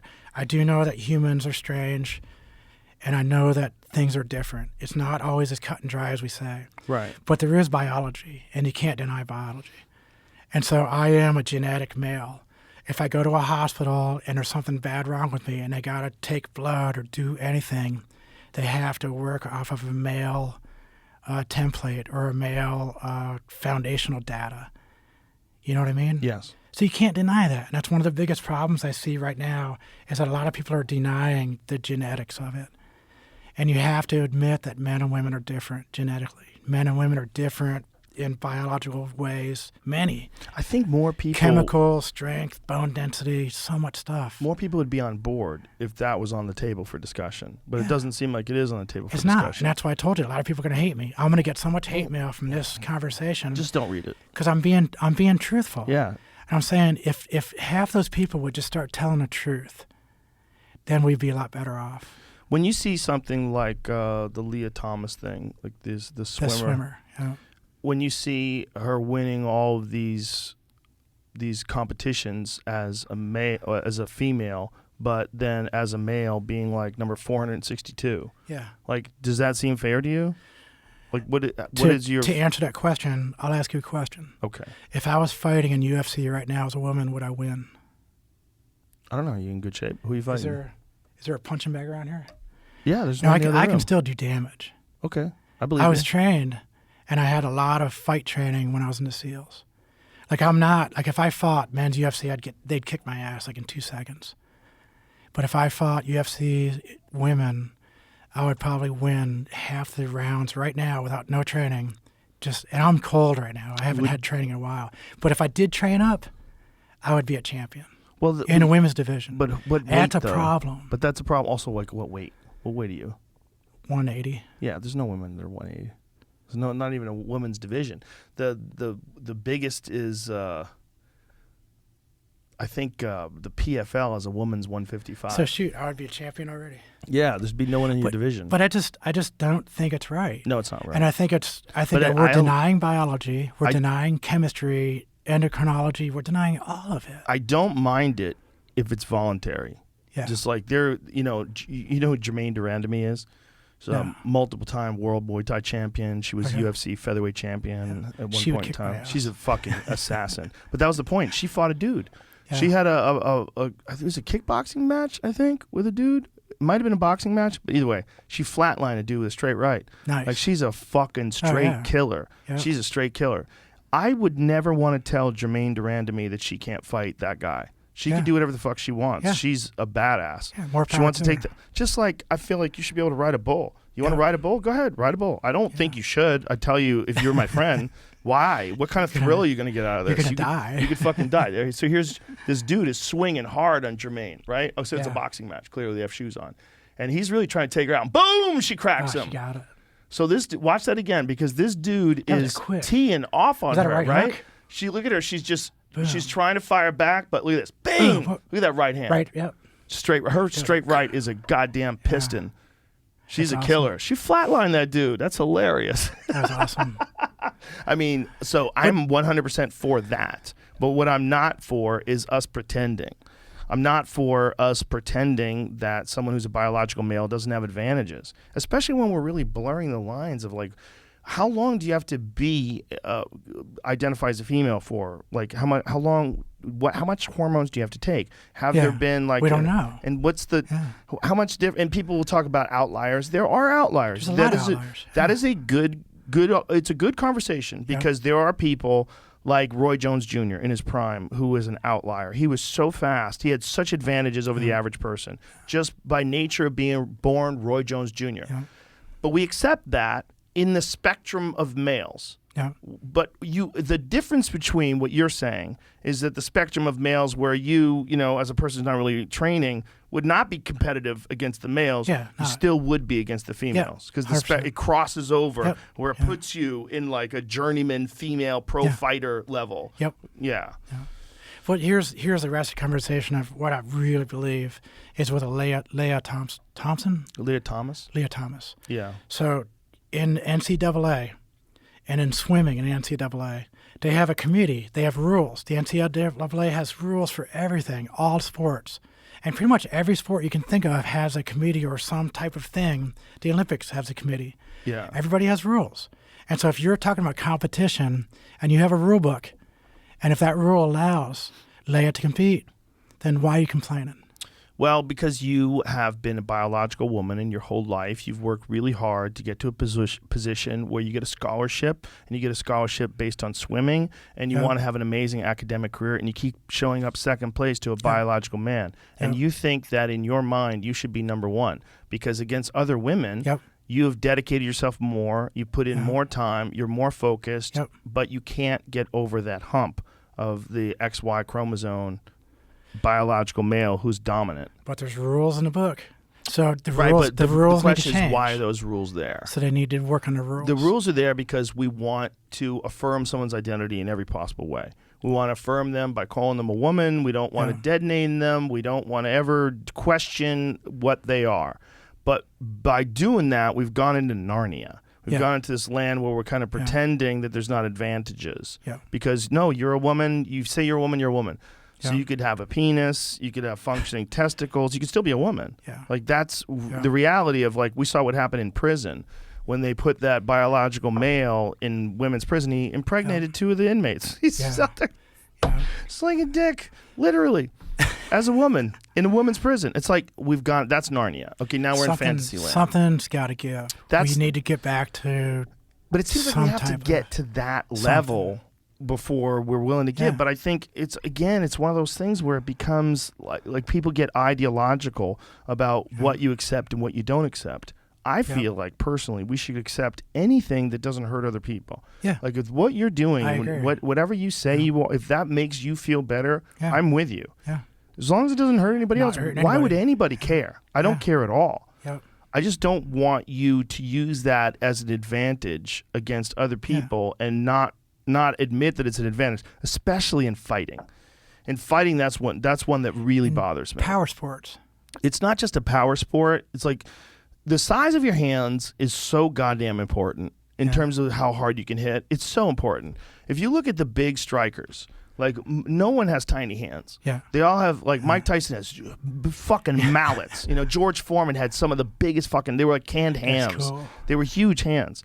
Like you don't grow that. If you live your life as a woman and then transition to male. It doesn't work that way. Or if you're just biologically female your whole life. But if you're a biological male and you're built like Brock Lesnar and then you decide to transition, there is not a woman alive that can stop you. Can't compete. They don't exist. They never will exist. They never will exist. If you want to talk about outliers, Brock Lesnar as a woman is the outlier of all outliers, and it's too crazy. You can't. It's not. It's never going to be fair. Impossible to be fair. Well, you just said one of the words that I always talk about. Also, is I want to talk about equality, which is what we're talking about. Hey, everybody compete. You're not hurting anybody. Equality, but you also have to look at fairness. So what do you do? So let's be as equal as we can. Let everybody compete as much as we can. At the same time, be fair. Yes. How do you do that? It's hard. You know, there was a Thailand. Nobody wants to Muay Thai talk about fighter. it, though. Nobody wants to be honest. But you do, and I do. So we're gonna do this. Okay, Kristin, let's we're do gonna it. work this out. There was a Muay Thai fighter in Thailand, and he started off his career as a he, and then transitioned to be a she. And then when she transitioned to be a she decided to get the full operation. And when she got the full operation, she lost all of her testosterone, and she started losing. But she still was fighting men. Oh, wow, okay. Yeah, which is really wild. gutsy. So she went from being this elite assassin kickboxer to all of a sudden the testosterone is completely cut off, but continues to engage in fighting because it's what she's good at, and is just getting wrecked by dudes, unfortunately. It changes the whole game. it changes a so lot. it does change something, Yeah. right? Oh, yeah. So we know it does, but can does it attest. change enough to compete against women? That's the question, especially when it comes to fighting. I think as long as you're above board with it and you tell the woman, just like I'm in favor of Jermaine Durandamy's fight, and you do whatever you want to do. Yeah. I'm in favor of that. But if you want to talk about things like NCAA sports or the Olympics or like, we're in a fucking weird area here, It's kids. tough, You're denying science now because And you're it's denying high the competition. Yeah, it's not just high. Yeah. You're crushing someone's dreams in a way that, like, if you let's imagine this: if you're a wrestler and you're an elite wrestler at 134 pounds and you're a fucking assassin, you're out there pinning people and you're going undefeated.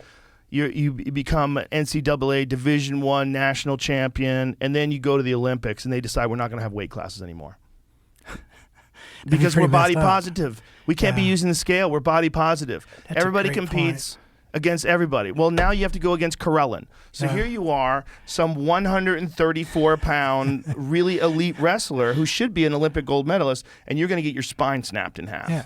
By a 220-pound monster. On his lightest day. There's a fucking photo of Karelin that I posted on my Instagram. I go, every now and then I look at this photo just to remind myself of what a pussy I am. And it's Karelin where he's got his arms wrapped around some guy's waist and he's hoisting him up, and it's a black and white photo, and he has the most maniacal look in his eyes. It's fucking incredible because he was just a destroyer of men. When Karelin was wrestling, look at that photo. Look at that fucking photo. Jeez. God damn, what a man. Yeah. Get some. I mean, that is get some in physical form. That is get some. We need a giant metal image of that, Jamie. Like that. We need one of those. We need that Karelin photo. Please get that. Poster. A giant metal print. Order a print. Got it, Jamie? Good to That's go. badass. Look at that. Doesn't that scare the shit out of you? He scares And the take shit the- out of me. Because take that's the like most- a fucking 260-pound man. Do you know Take what the he would... most badass woman any that ever lived on Earth. That ever lived. And then have her go against him. Yeah, all he has to do is just identify as a woman. Well, good luck.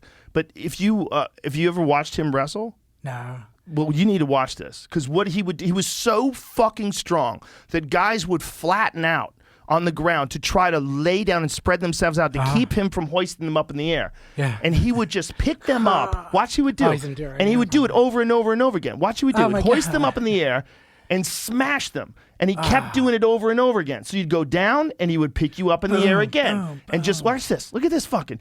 Everybody went for a. He just hit you with the earth. He was playing a totally different game. His game was smash you into the Slam. ground. Until you give up. Your game was wrestling. His game is I'm so much bigger than you that I'm gonna fucking smash you. I'm gonna hit you. He's playing a different combat sport. It's a whole different thing.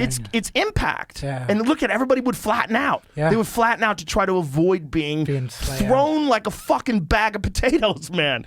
He would just pick people up. He was so strong. Look at this. And this guy's huge. The guy's doing it too. But this He's is what he picking up did. 250-pound dude. And watch this. He just hoists you. Ah, Boom! This guy's That just guy getting gave crushed. up. He just was like, no, He stop. just laid there. He didn't even try to get up because he's probably dizzy. And he did it to everybody. Boom, on your fucking head. Boom! He does it Everybody every got time. thrown. Jeez. And he just had pure dominance. He was so athletic and so strong. And you know, he had small parents. Wow. They called him the experiment. That's what the Russians called him.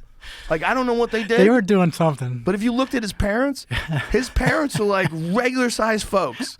And they had this giant ass baby that That's looks like awesome. he's from another planet. That's the best. Have you ever met a lot of Russian dudes? Oh, Just like yeah. regular people? Oh, so Me many. too. Yeah. I like those guys. I love It's like every time I hang out with the Russians, it's like, dude, you guys are good people. There's so many Russian fighters in the UFC. Yeah. So many guys from Dagestan, so many guys from Russia, so many guys from St. Petersburg. There's a bunch of guys that came from there. There's, I mean, you want to talk about like a part of the world that produces some incredible fighters, man. Like But Fedor Emelianenko, one of the greatest heavyweights of all time. Human. Every one of them Russians I ever met was good folks. There's a The lot of good government folks. is messed up. And I Yes. think we can say the same thing about our government. Yes, 100%. If you meet Americans just one-on-one, you're going to like almost every one of us. yeah, and Our government's messed up. and also if we had the right attitude, that we're really just a community. Yeah. And if Republicans met Democrats, just like in a regular setting, we could sit down and have a meal together. Yeah. People could have like normal conversations, and that's how we should be. It's supposed to be. Yeah, the polarization is largely unnecessary.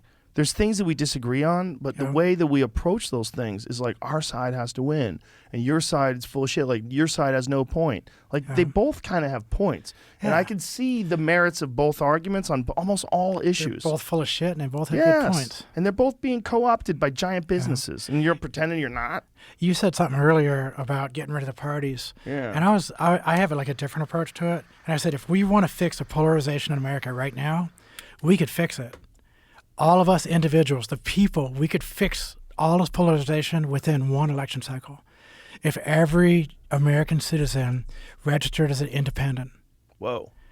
Think about what would happen. Yeah, but so there's all some those people that political are parties, cultists. Oh yeah, those far left, far Yeah. right. You're never going to get those Yeah, guys. But if you never. can get most of the Americans to register independent, that means that the Democrats and the Republican parties could not count on your vote, so they would lose their permanent base. It would all have to compete, so they couldn't be as extreme as they are because you would lose all those independents. Yeah. So you'd have to kind of like be more careful about what you say and what your policies are. Because most of the promises every one of the politicians made during all their elections, they don't really do them. They do all this extreme stuff and all this extreme language, and then to get their votes from their party, then as soon as they get in there, they go middle. You know what it's like? It's like, you remember Charlie Brown? Yeah. Lucy always used to pretend that she's going to hold that football, and Yeah. right when Charlie Brown goes to kick it, she yanks Every it away. Yeah, that's American politics. That's American politics. We're a bunch of Charlie Browns. We're suckers. We're such suckers. We just go to kick that fucking ball. Did you ever think about going independent, though? What I was talking about? Yeah, I If mean, I everybody did voted. I voted the last two elections. I voted libertarian. I Just voted because- libertarian and very mixed. And it wasn't that I thought the libertarian had a chance to win. It was just like, what are we doing? I couldn't Like, vote what for is the other this? two. Yeah, I couldn't vote. I could. It was. Yeah. There's so much of it that I was like, what are we doing? Like, these are our choices, and like no one's saying anything that resonates with Yeah. the way I feel the world Yeah. is. Like that we have real problems in this country, but we always have money for other countries. Whenever Yeah. shit, I'm not saying we shouldn't help Ukraine. We most certainly should help Ukraine. Yeah. Right. Yeah, They're I being believe it. attacked. Yeah. But where's the money to help the inner cities? Where's the money to help these fucked up communities that have been this way since like the Civil War? Yeah. Like where's the money to fix the education system? Yeah. Where's the money just to put some protection Yeah. in these schools? How How about about the single point entry and having one armed guard? Young How kids hard is that to crippled do? by these fucking student loans that didn't know what Oh, they were that's doing. Now crazy. I was reading some article about this lady that's $250,000 in debt. Jeez. Yeah. She'll never pay that off. It's nuts. That's It's like crazy. there's a lot of people like that out there that are crippled by Yep. student debt. Yep. Like, should we really like saddle them down with that when they're 18? They don't even understand the Yeah. concept of time. And they can't even use those degrees. You know, there's people that are 65 years old that are getting Social Security, and their Social Security is getting docked because they owe money for student loans. God. Student loans are the gotta only be kidding loans you me. always owe, no matter what. Yeah. Even if you go bankrupt. If you go bankrupt, you like have a lot of credit card debt that Yeah. goes away. Kristin, go bye-bye. You And have that more was all debt. for freaking bullshit. Yeah, you could do that with those decisions. A business can Yeah. go under. You can go away. The business went Yeah. under. What am I Yeah, going to do? doesn't matter. I don't have anything anymore. Sorry, guys. Can't How many pay times you. do those big companies do They that? do it all the time. But you Yeah. can't do that on your student loans, which is fucking insane. That's totally crazy. You're just an individual. Yeah. Because they think so many people would just go bankrupt. They would go, fuck this. I'm just going bankrupt. Yeah.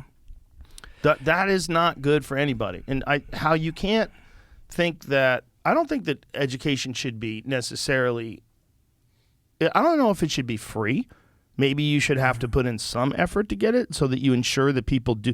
Like, that's one thing that changed my mind a lot during the pandemic. Yeah. Is I used to be like very pro universal basic income until I saw how many people didn't want to work. As soon as they got COVID money and as soon as they got unemployment, I was like, oh, wait a minute, hold on. Maybe You're these saying folks that are more half of that- pragmatic. Half of that COVID relief funds went to like fraud stuff. A lot of It was did. like, oh my God, it Is was it like really half? millions and millions. I think it was Oh more my than half. God, that's so crazy. When I kept seeing the numbers, it was like, oh my God, it's like half. We do have a problem Fraud. with this generation feeling entitled. Yeah. Like, I've heard people talk about that they're entitled because they talk about what they say is disparagement of wealth Yeah. inequality. And there's right. Yeah, there's definitely wealth inequality. But then they decide that the billionaires have enough money so none of us should ever have to work.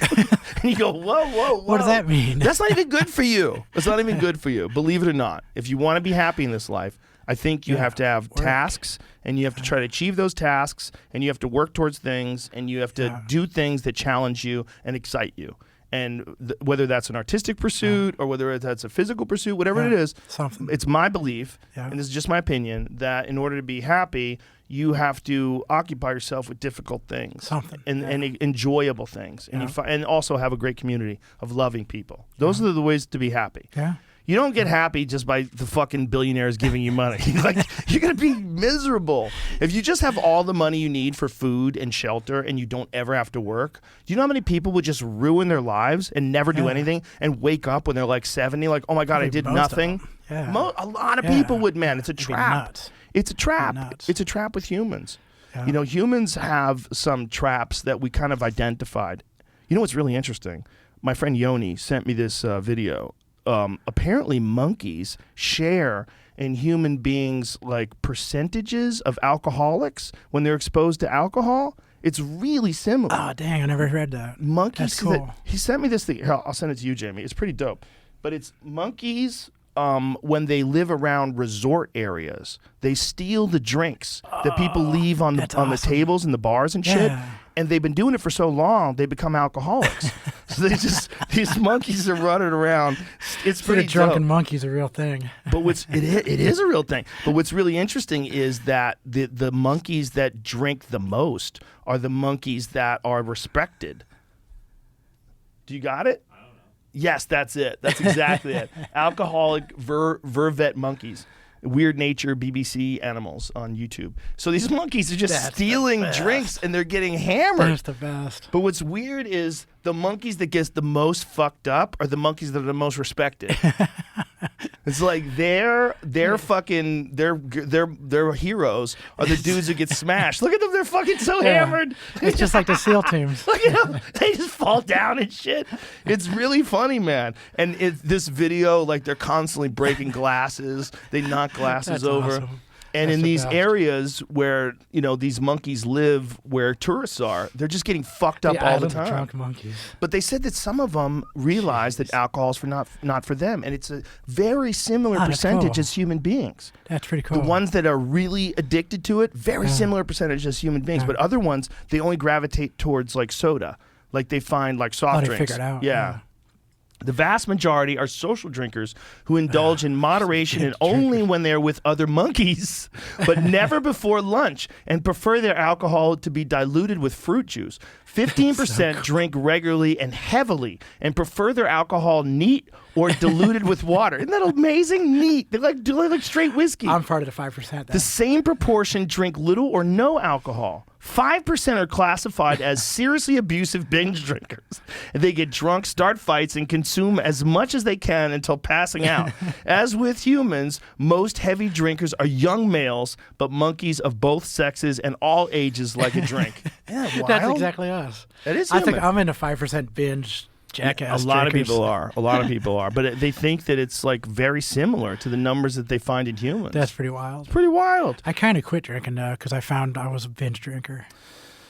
So I kind of, like, I drink once in a while. I'll just have one or two. The problem but with I pretty it, much, like, I cut back, way problem back. with drinking is it's fun. It's real fun. It's fun. People drink because it's fun. Like the idea of not drinking at all, I'm like, slow down. That's why I still do it a little bit when I'm out social. I'll have my one or two and still have the fun. Yeah. But I just cut way back from that binge, drunk, pass out. Like, I don't do that ever Good. again. You don't want to do that. That's not good. I think I was like the young, dumb SEAL that we took everything to extremes, you know? Oh, I'm sure. So I just... Super competitive. I at last got out of that. Yeah.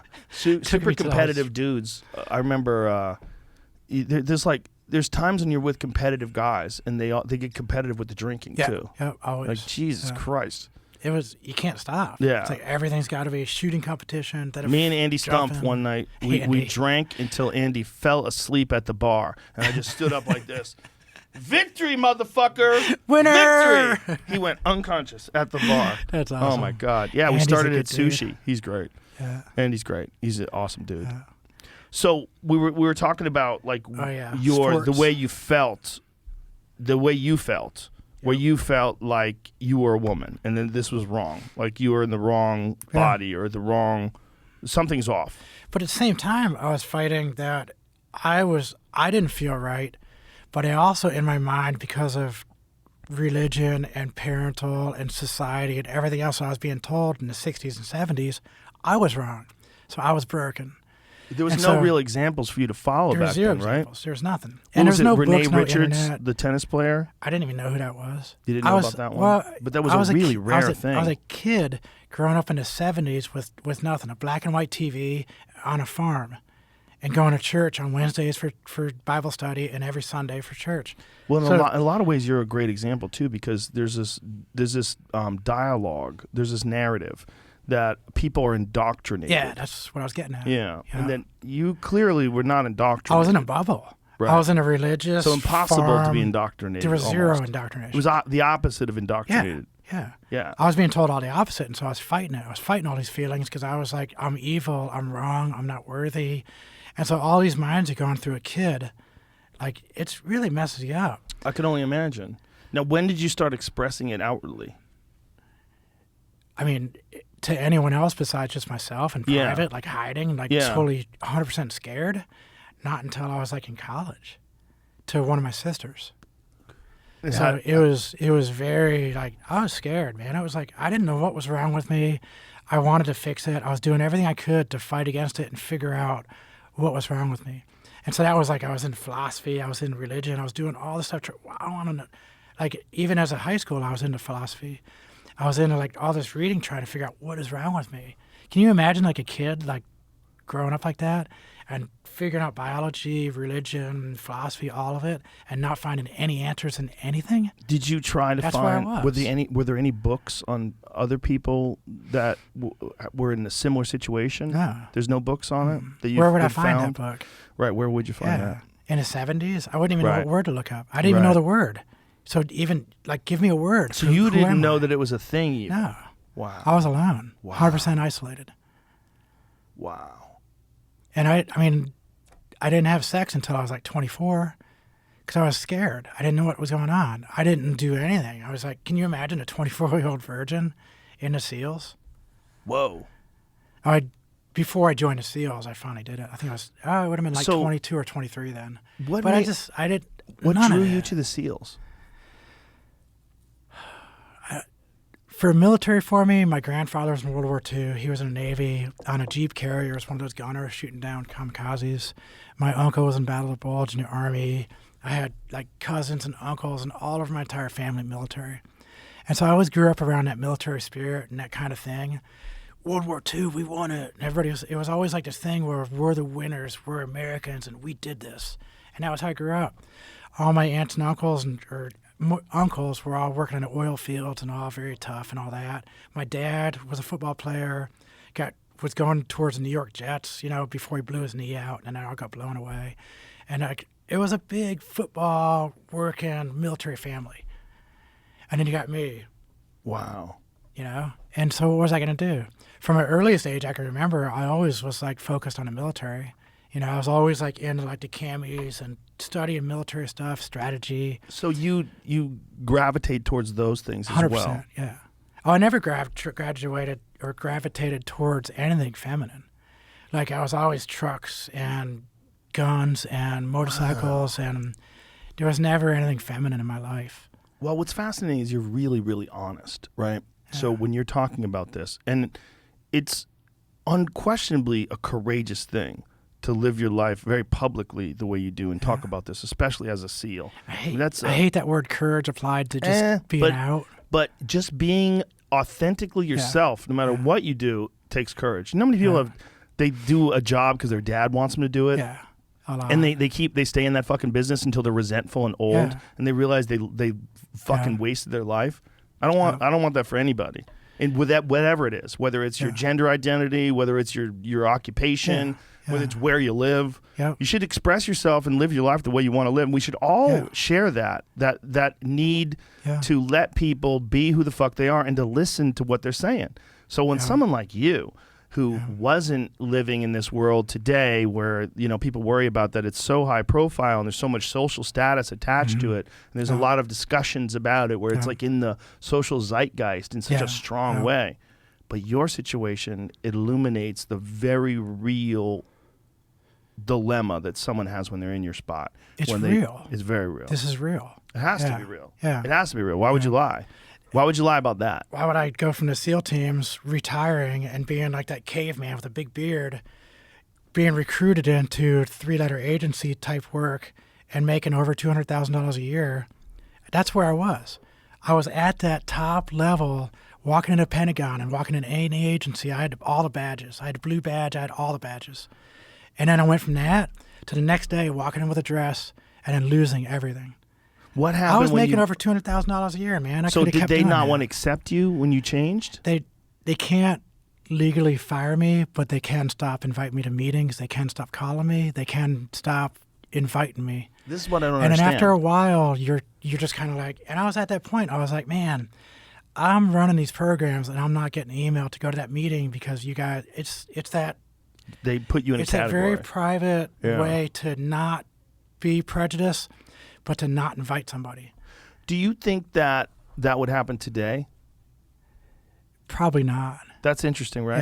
Yeah. Because what year are we talking about? So this was 2013, 12, 13. Damn, that's not that long ago. It's not very long ago. Things have changed a lot. In 7-8 years. Isn't that wild? The world changed in 8 years. In many ways, you are, you're a pioneer in that way. Yeah. Right? It was, when I first came out, it was terrible. Nobody was talking about the military, having anybody transgender in the military. It wasn't even spoken about, really. Everybody knew it was there, but it wasn't talked about. And then when I came out, the conversation started because I was like, holy cow, how many more transgender people are in the military? And so at that point in 2012, and it was actually the Secretary of Defense, God, who was it? Because he was my boss before he became a SecDef. And he saw me come out, so he saw everything going on. It was, God, why is my memory so bad sometimes? Weed. Yeah. But so he saw it all, and then he became Secretary of Defense, and so the conversation started at that point in 2014, 15. When you decided to show up for work wearing a dress, is it because that's official outfit for females? No, at the time I was already retired, and I was wearing a suit and tie. I was retired, so I was suit and tie, civilian, making big money, doing all of my inventions and innovation for the military and Department of Defense. So there's no dress code in terms of like what? So women, suit and tie. If a woman wanted to wear a suit and tie, she could as well. Oh yeah, could have. Right. Yeah, and so, did you decide to wear a dress to sort of broadcast? Yeah. It was at the point when it was like I was tired of, in my own head, all of this internal struggle, this internal battle, and just like all of life, everything for us starts like in our mind, starts with thought. And so this thought has been digging in my brain since I was a kid. And I was just tired, And so what do? Do I start trying to live a life where I can make this gnawing idea stop and start doing it? Or do I just keep it gnawing in my head? And when you did decide to make the move, did you feel differently? Did you feel freer? God, when I look back at that day, it was nuts. Because there was so much pressure? I went from that Pentagon, suit and tie, doing my projects, running, making phone calls, having meetings. And then the next morning, I went into a nail salon, and I dressed, in this gray dress and this ratty, crappy wig and heels for whatever stupid reason. I don't wear any heels. I don't do that stuff anymore because I was going through, as a 40-something-year-old, going through puberty, trying to figure out, who am I? Right. That's what you're supposed to do as a teenager. Right. Who am I? And as a teenager, you try to give your teenager as much room as possible to try to figure out who they are during their teenage years. Right. You don't want them figuring out when they're 20 because you should be working by now. You should be starting your own family. And if you still don't know who you are by the time you're 25, you have some stuff going on in your head that you need to figure out. And so I figure I'm 40-something years old trying to figure it out. Right. So it was a mess. it's not a good picture. It's a 40-something-year-old trying to be a teenager. Right. You're trying to, and you're wearing a wig. Yeah. Which is And so I never walked good. into the nail salon and it says, I want a full set. And so that's when they actually scrape it down and they add the nail on there and polish and all that. You can't take them off. Oh, no. And so I'm stuck now. And so I did it kind of on purpose because I was like, I'm going to do this. And so it's like jumping out of the back of the airplane. Right. You know, when you get up to that first jump, free fall jump, no matter if you're jumping daytime or whatever, it's nighttime. Because as soon as you go out, you're like shutting your eyes. You're like, nighttime jump. Did anybody have a meeting with you where they Nobody. talked to you about it? Nobody. Everyone just kept quiet. No, I mean, I walked in there, suit and tie, put nails on that morning, and then walked into the Pentagon because I couldn't turn back now. I have to be at work. I got a meeting. Right. So I was walking in there and going, well, Oh, my I'm God. there now. And I walked up to the first entrance to the Pentagon, which you have to go through a few different badges for me because I had to go into the deep stuff. So I walk into the first gate out there by the metro and show my badge, and the guy's looking at it, and he's going. And the guy was like seriously looking, and I says, yeah, I started out as a dude. And the guy was like, it's me. And I said, if you need to call in to whatever, the guy was like, no, that's cool.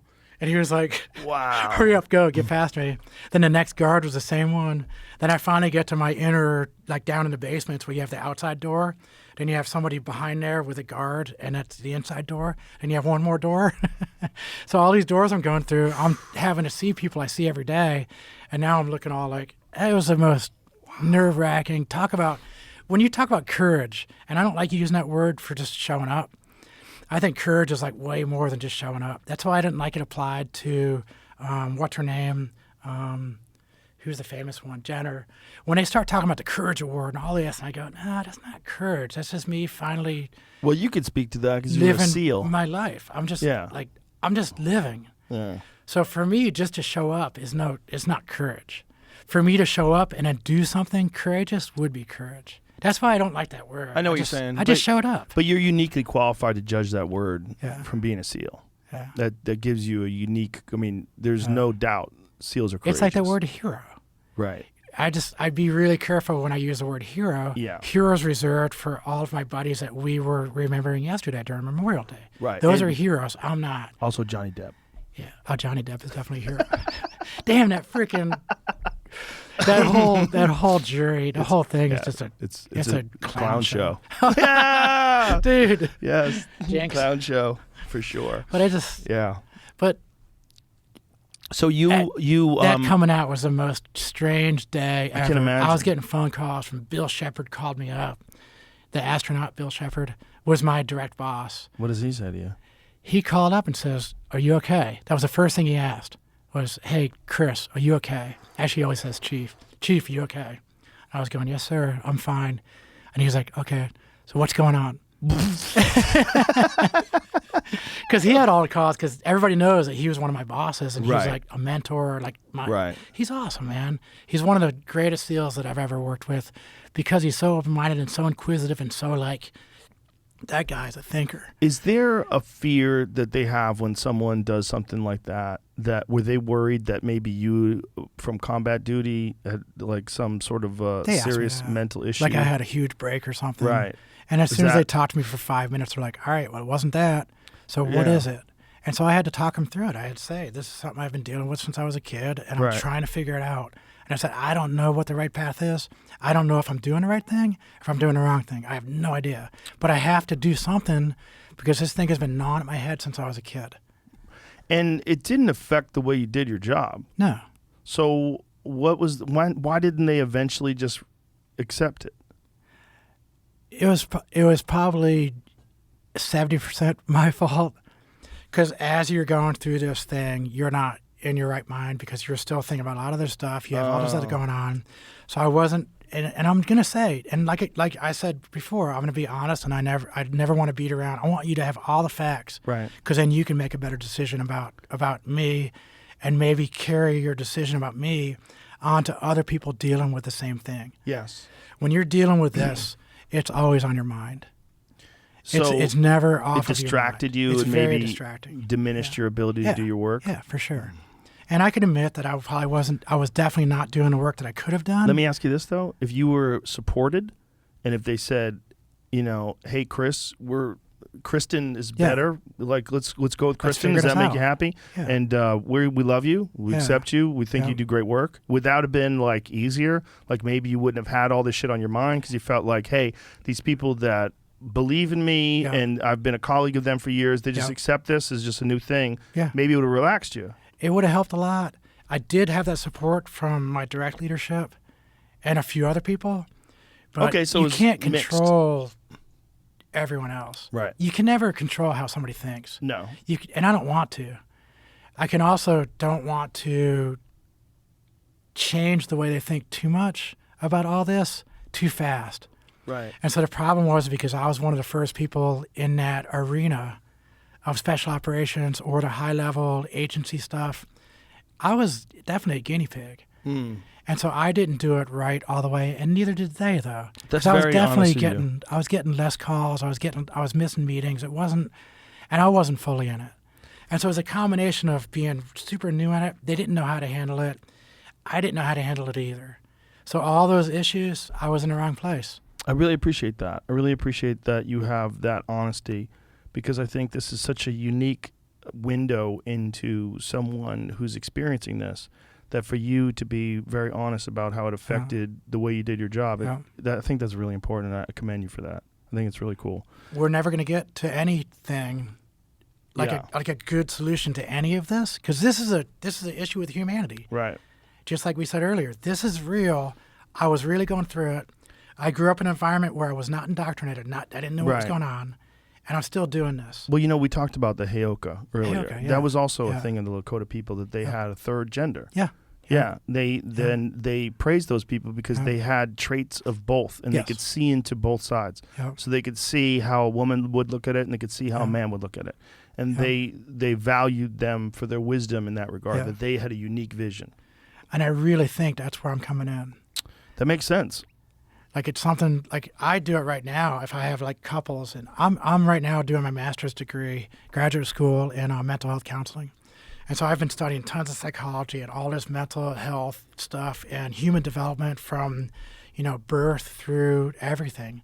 I've been studying this stuff like hardcore now for almost 3 years. Just stop and think about people that were Lakotas Yeah. living on the plains Yeah. in the 1700s. Why would they invent something like that? They were barely getting by. Because it was real. Yeah, it was real. I mean, if there's a better test case, please show it to me. If you want to have the clearest example that people were literally, they were hunters and gatherers. Yeah.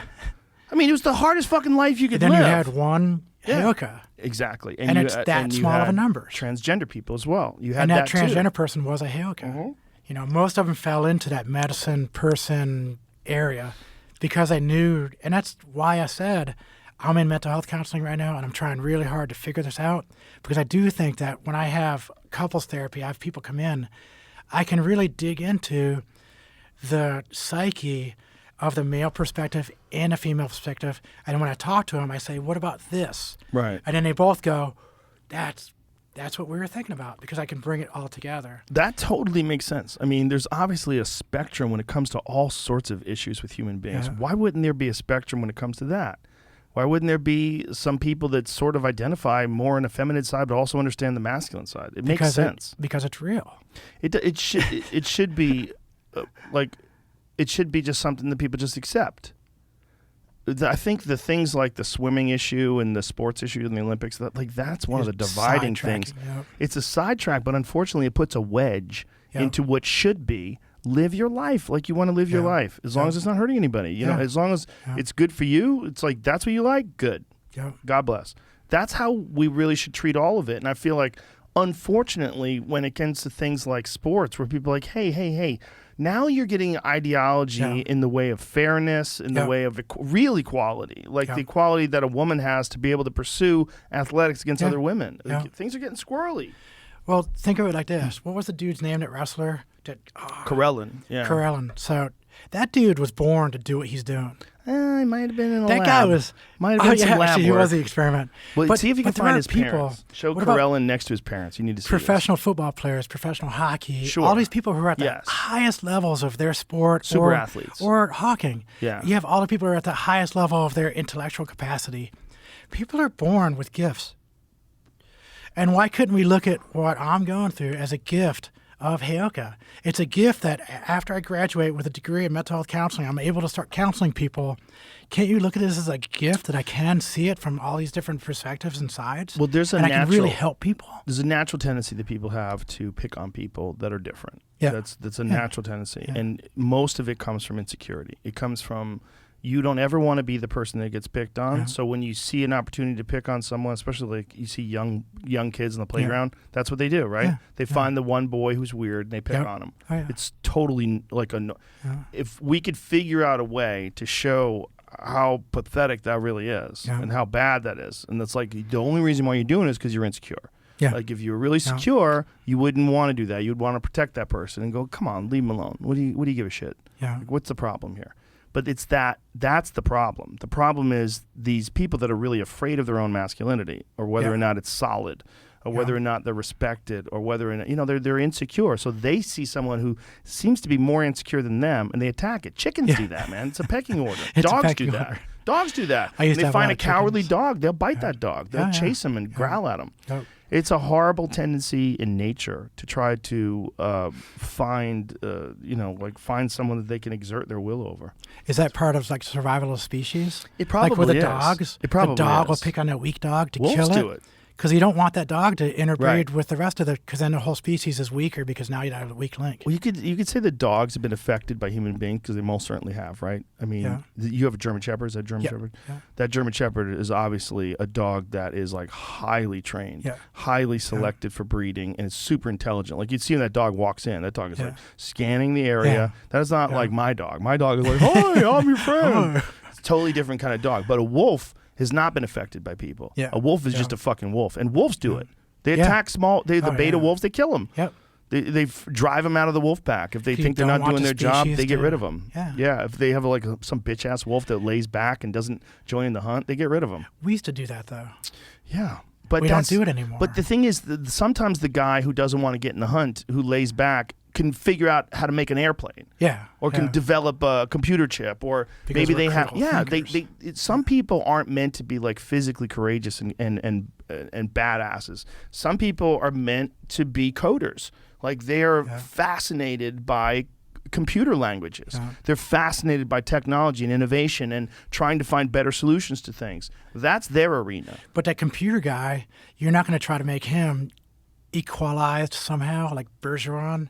We're going to have him as a professional football player? Well, you could try. The thing about football is like you're going to get killed. But a person like me, if we were in the old days, those intellectual, spiritual guides, or those people who had that knowledge because we could see it from all these different sides, why can't we just say that's my position as like archetypes, the Joseph Campbell archetypes? Yeah. The Carl Jung. If you look into the actual who we are as people, and you look at all those archetypes, and we study them, and we say, this is who we are. Yeah. You can fall into any one of these categories. I think Why don't kids learn that at a younger age to know that this is a necessary thing? Like if you're being a bully because you're picking on that nerd, and we need that chemistry computer nerd, because that's where they fall into the hierarchy of who we are as people. Yeah. It's a necessary thing. It is. I really believe that who I am, Heyoka, is a necessary archetype of humanity. You need the sacred clowns. If you don't have those Heyoka and sacred clowns and Thiles and all those history, intellectual, challenging things that I want the truth. Yeah. And I'm going to challenge you to figure out the truth. And right now we're not doing that because we're so stuck on these freaking stereotypes that I'm this and you have to respect my gender. I said, I don't want you to respect my gender. I want you to respect the ability for me to critically think and like intellectually look at this from all these different sides and tell you that this is what I find is the truth. This is an objective truth.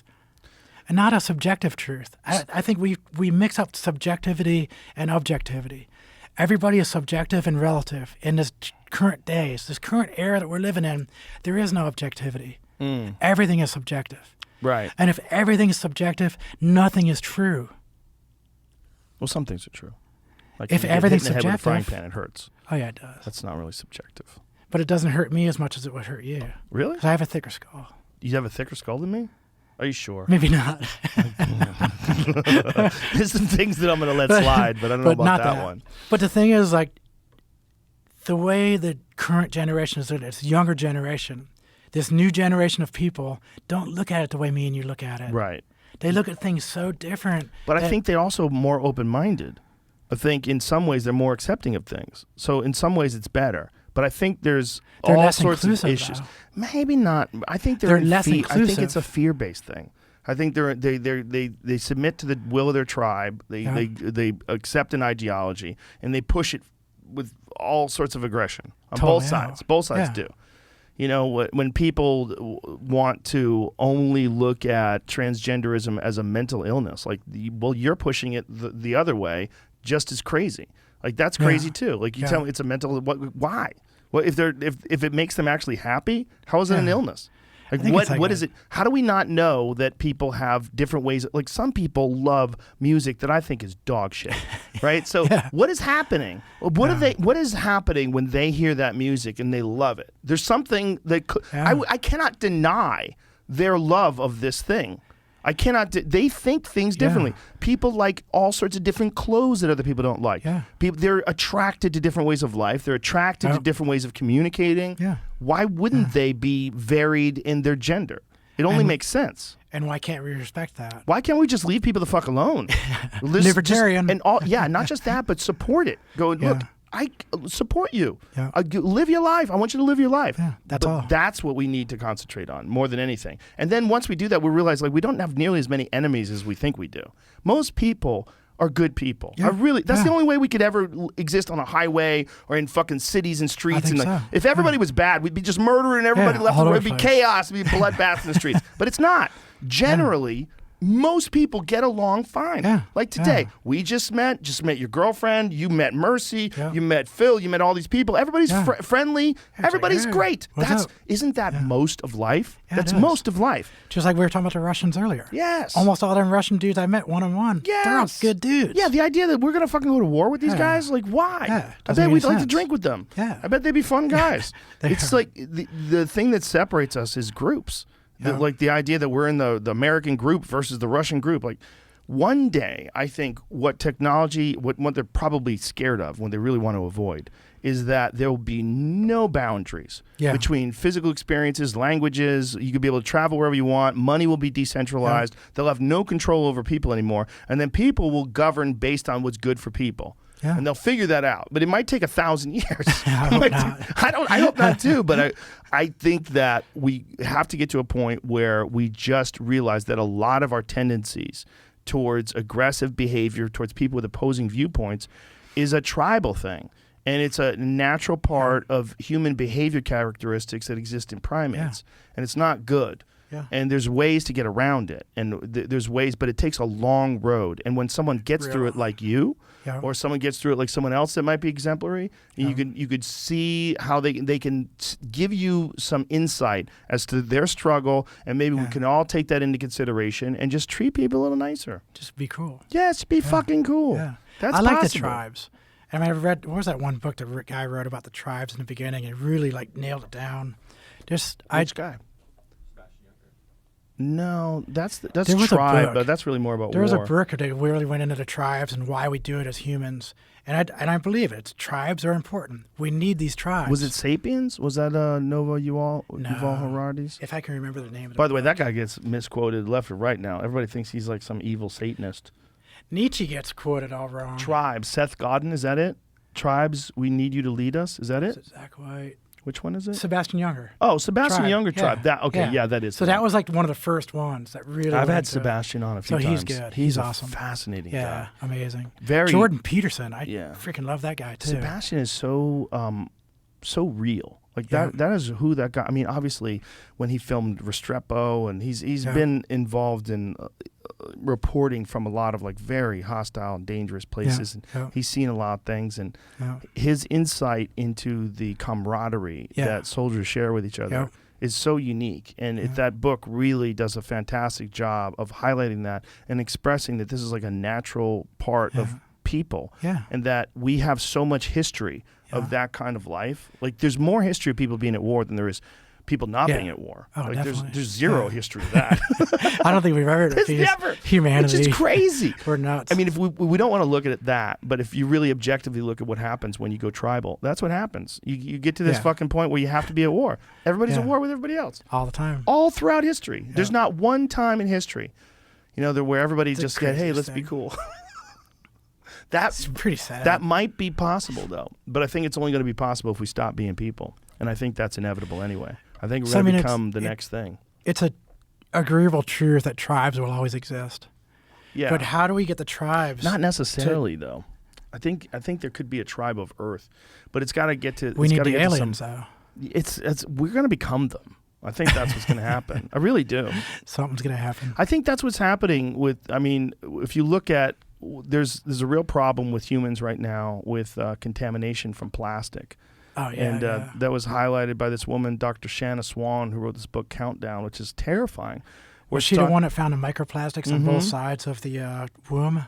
I don't know if you she's look the at one who found that, but she's the one who did the studies on phthalates. Yeah. Phthalates are chemicals that come from plastics that are directly attributed to a changing of the child in the womb. So when the mother has a lot of phthalates in her system, it shrinks the penis size, shrinks the testicle size, shrinks sperm counts. And there's like a direct correlation. When her research highlights, and she's legit. Is she from Harvard? Where's she from?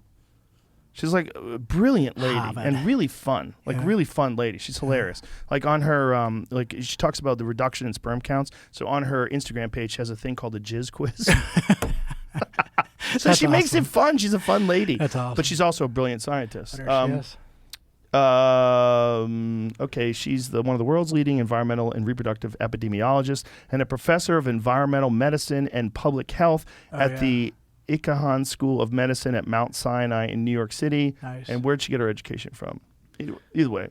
So they were lady. finding those microplastics on both sides of the wall in the room. They were finding the microplastics in the fetus and in the mother in really large quantities. The book is terrifying, by the way. It's a terrifying book. Yeah, because it's essentially saying that we're going to become those aliens. We're going to be these genderless, weird bodies with no testosterone.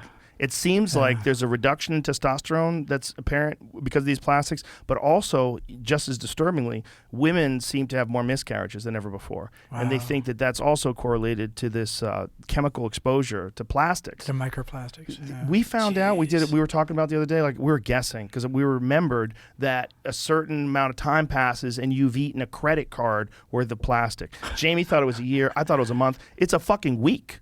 1 week? 1 week. Are you kidding Every me? week, the average human being eats a credit card-sized piece of plastic because That's you crazy. consume so many microplastics in so many different things.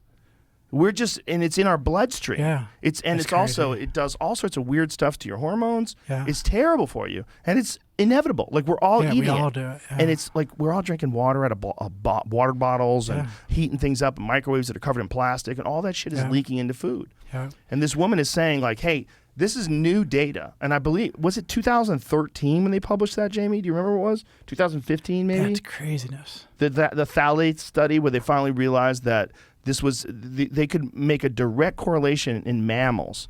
And then also they could see it in human beings. But in mammals, they know that if you introduce phthalates into the woman when she has a baby, 2009. Okay. Wow. So in 2009, they figured this out. And so that's not that long ago, man. Yeah, you know, not long 13 at years all. ago, they're just going, holy shit. We're messing ourselves up. We're fucked because there's a direct correlation between the introduction of petrochemical products and these phthalates, and then this decrease in penis size, decrease in taint size. Your taint shrinks up. No way. Yeah. That's crazy. One of the best ways to determine a male versus female in a baby mammal is the size of the taint. Male's taint is 50 to 100% larger than the female's. Wow. So when their taints are shrinking on the males and the penises are shrinking and the balls are shrinking and they find phthalates, they're like, oh my God. Something's going on. So it's what you think about what society is, right? It's filled with plastic. The more technologically advanced we get, the more we have plastic this and plastic that, microchips and silicon that. That stuff's getting into our bodies, and that stuff is making us become genderless.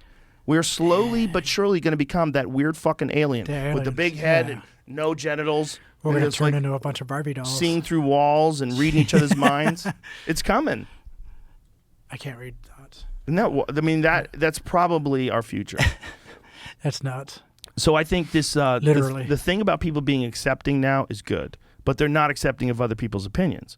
There's like a desire today to shut down other people's opinions. Yep. And to I mean, do you identify as conservative? Are you like what would you say your political leanings are? Libertarian. Libertarian. I mean, I'm 100% independent in the fact that I never vote along party lines. I don't care what party you are.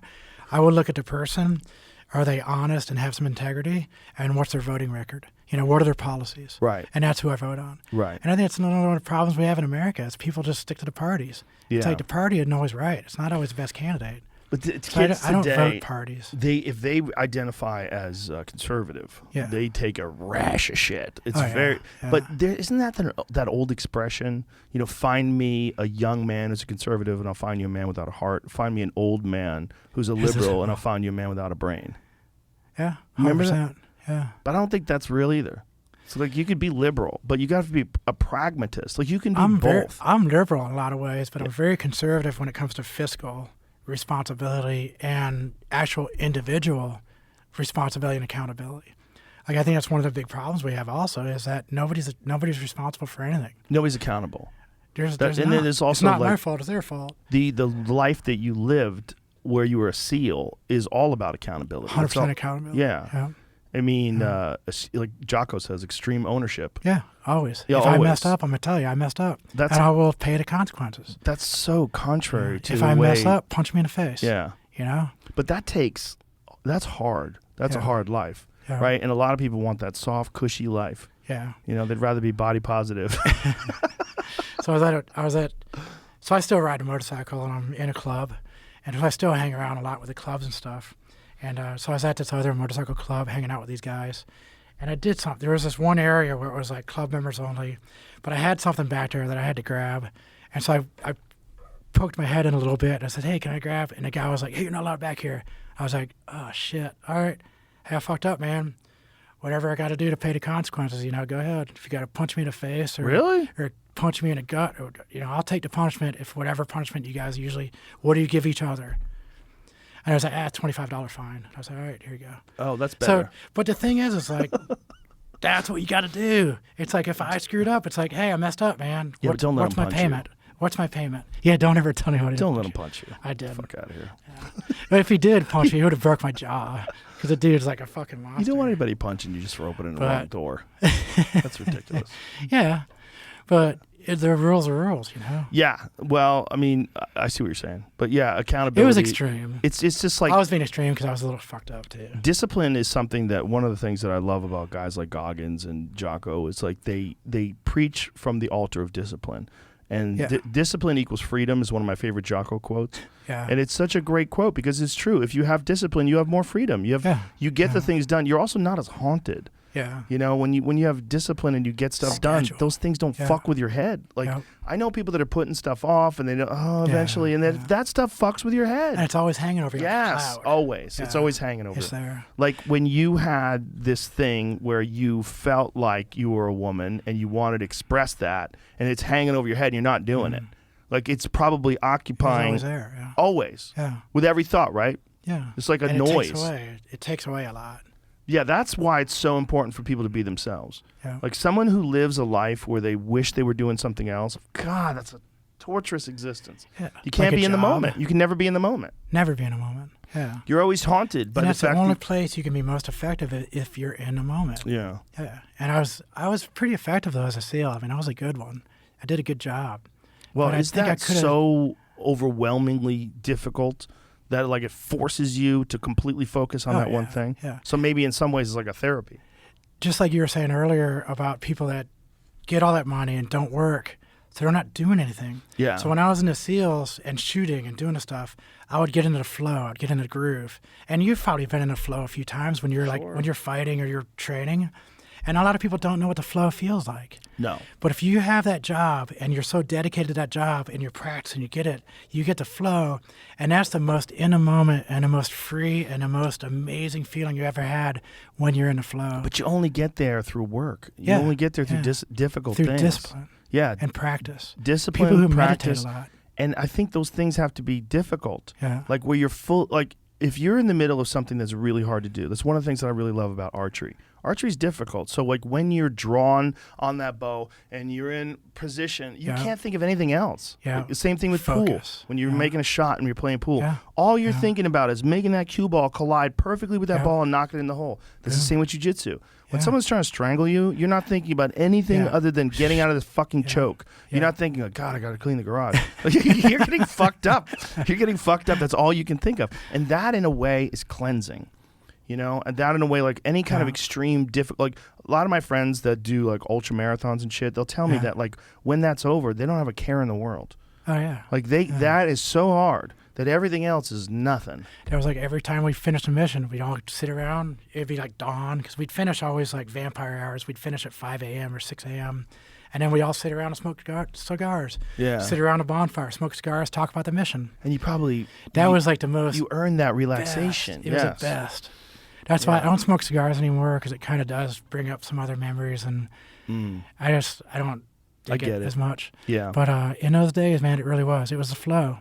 Like this was in my mind, but in the SEALs when I got in that flow, when you're doing the stuff, I didn't think about anything. It was pure SEAL. Yeah, I think a lot of people use very, very difficult pursuits as a form of therapy, as a form of like understanding who they are. Yeah. But you find yourself through hard things. 100%. That's why, like, when I would tell people, just do something difficult. I'm telling you, I know you don't want to, but it's good for you. Challenge. But the problem is, also, people don't like people telling them what to do. So when someone is telling you to do difficult things, you're like, fuck you, I'm going to smoke weed and play video games. And you think you're being a rebel, but you're really fucking yourself over. Like you really should do whatever you want to do, but you should want to do something difficult. Boom. Because if you do, you'll be better off. Your life will be more interesting.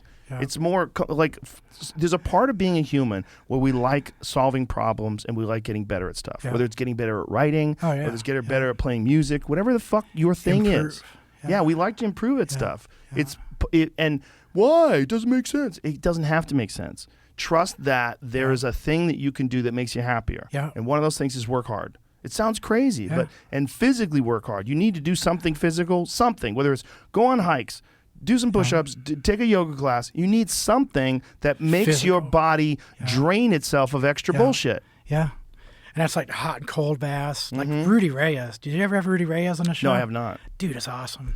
You got to try to get him someday. What does Rudy Reyes do? He was a Marine Corps sniper, and he's started a project called Project Blue something, cleaning the ocean up and building reefs. Oh, okay. He's a super like athlete. He does a lot of meditation and mindfulness. The guy's just like, he's a really good, solid, physical, like Goggins, but he also gets really deep into the spiritual and the mindfulness of like stuff. Of life. I'll reach out. The dude is a good dude. Okay, you really have a good time with him on the show. That sounds good. He and that's the thing that I've been working on a lot also is mindfulness. I have a nonprofit called Mindful Valor, and it's a military nonprofit trying to help with this whole thing with the 22 a day and all the other stuff. What's 22 a day? 22 suicides per day, taking their own life, all the veterans. Is it 22 a day now? I think it's more than that.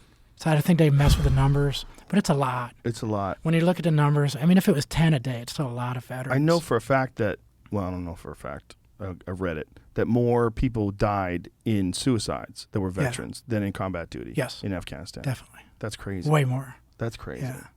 But it's something that I've been working on a lot, and I think it's something that Rudy works on.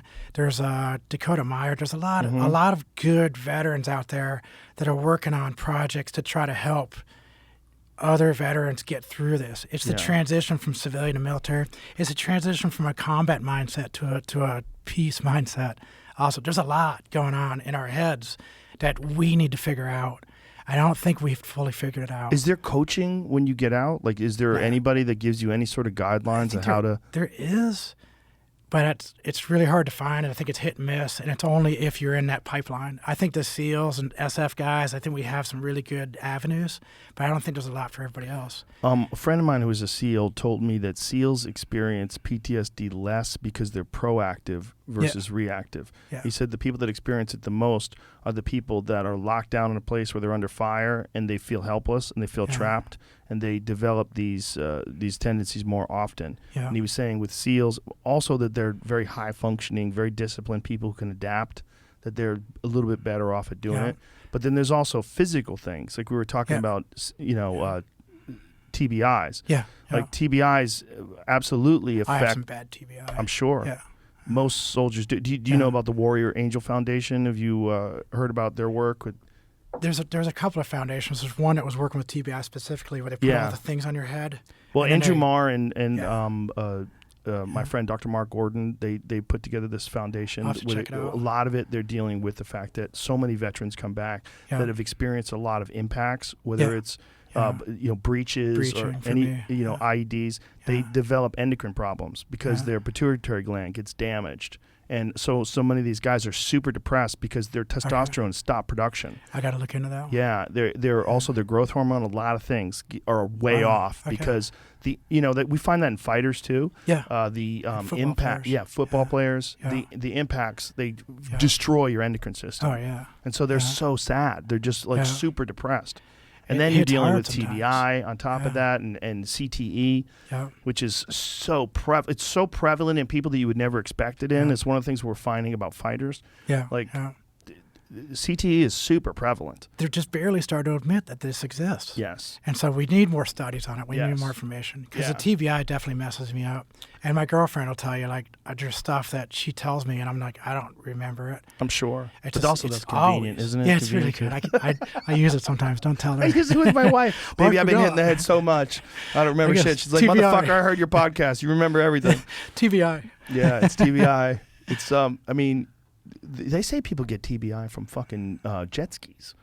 Mark Gordon was telling me that you don't realize that just if you're jet skiing every weekend, your brain is rattling around in your fucking. Especially if you like, I see these crazy dudes on the lake that jump over other people's wakes, and so like, Wham! all that stuff is your brain rattling in your head, Yeah. and you don't think you're getting hit, but your brain thinks you're getting hit. Oh, yeah. Doesn't know the difference. Soccer players get it. But the physical stuff, like you said, was like a really big thing. And that's what I'm doing with my nonprofit is we do forging. So I make knives. Oh, nice. So I have the forge anvils and all this stuff. And I Oh, invite I invite a bunch of veterans in. And then we sit there and we make knives. We're Do you slamming sell them? I do a little bit. Do you have a website or anything? The website is mindfulvalor.com. Oh, and the .org. knives are on the website as well, or Not the yet, knives? because Okay. I only basically what I do is I find somebody. I say, hey, this is for a nonprofit. Give me what you think a nonprofit would do. It's for fundraising. Okay. And so, the entire nonprofit, nobody makes salary. Nobody makes any money off it. If I sell anything, it's to give money 100% back to the nonprofit. And so that's how I'm doing it. I gave one to Rob O'Neill, and I gave one to a couple other SEAL team guys. Oh, nice. And then they sent some money in for the nonprofit. So are you like? Do you have the whole deal where you forge the metal and Yep, hammer all it down and Yep, all that shit? Oh yeah, shit! Yeah, I can That's show you some wild. videos. It's That's like, wild. It's pretty fun. There's this kid who sent me a hatchet once, camp axe. It's Hoffman Blacksmith. Go to Hoffman. Oh, Hoffman. Yeah. I think I have one of his hammers. Yeah, he sent me like a camp axe. It's pretty dope. But Is it I John love. Hoffman? Is it Jay Hoffman something? Because I have one of his hammers. The guy's awesome. We'll if it's find the out same when one. Jamie pulls it up. But he was a young guy at the time. I think he was like really early 20s. He sent me this a long time ago, and that's it. Hoffman Blacksmithing. So Liam Hoffman. I have one of his hammers. So if you go down, scroll down a little bit, you'll see some videos of him. See, there he is. There's his axes and shit. There's videos of him doing it. Oh, no, different guy. That's not the same Hoffman. Oh, okay. So they're taking these things and then Nice. slamming them in this press, and then they Yeah. hammer them down. It's pretty dope, man. That's pretty I cool. love watching That's people high-tech make stuff. shit. I really Yeah. do. It's so interesting. That's what I was in the SEAL teams. I was one of the makers. So whenever they do the all those inventions and all that weird SEAL team new stuff, Look how they they'd do always this. bring me in for those inventions This and is making wild stuff. shit, man. That's how they're getting the hole in the center where the axe handle goes through. This is fucking cool. It's drifting the hole. Yeah. So I love watching shit like this. Yeah. I mean, this is See, that's what we do. So It's I bring so in, satisfying. I bring in all those veterans, and then we make a bunch of knives, and we sit there around a bonfire. that's dope. And it usually lasts about 2 days.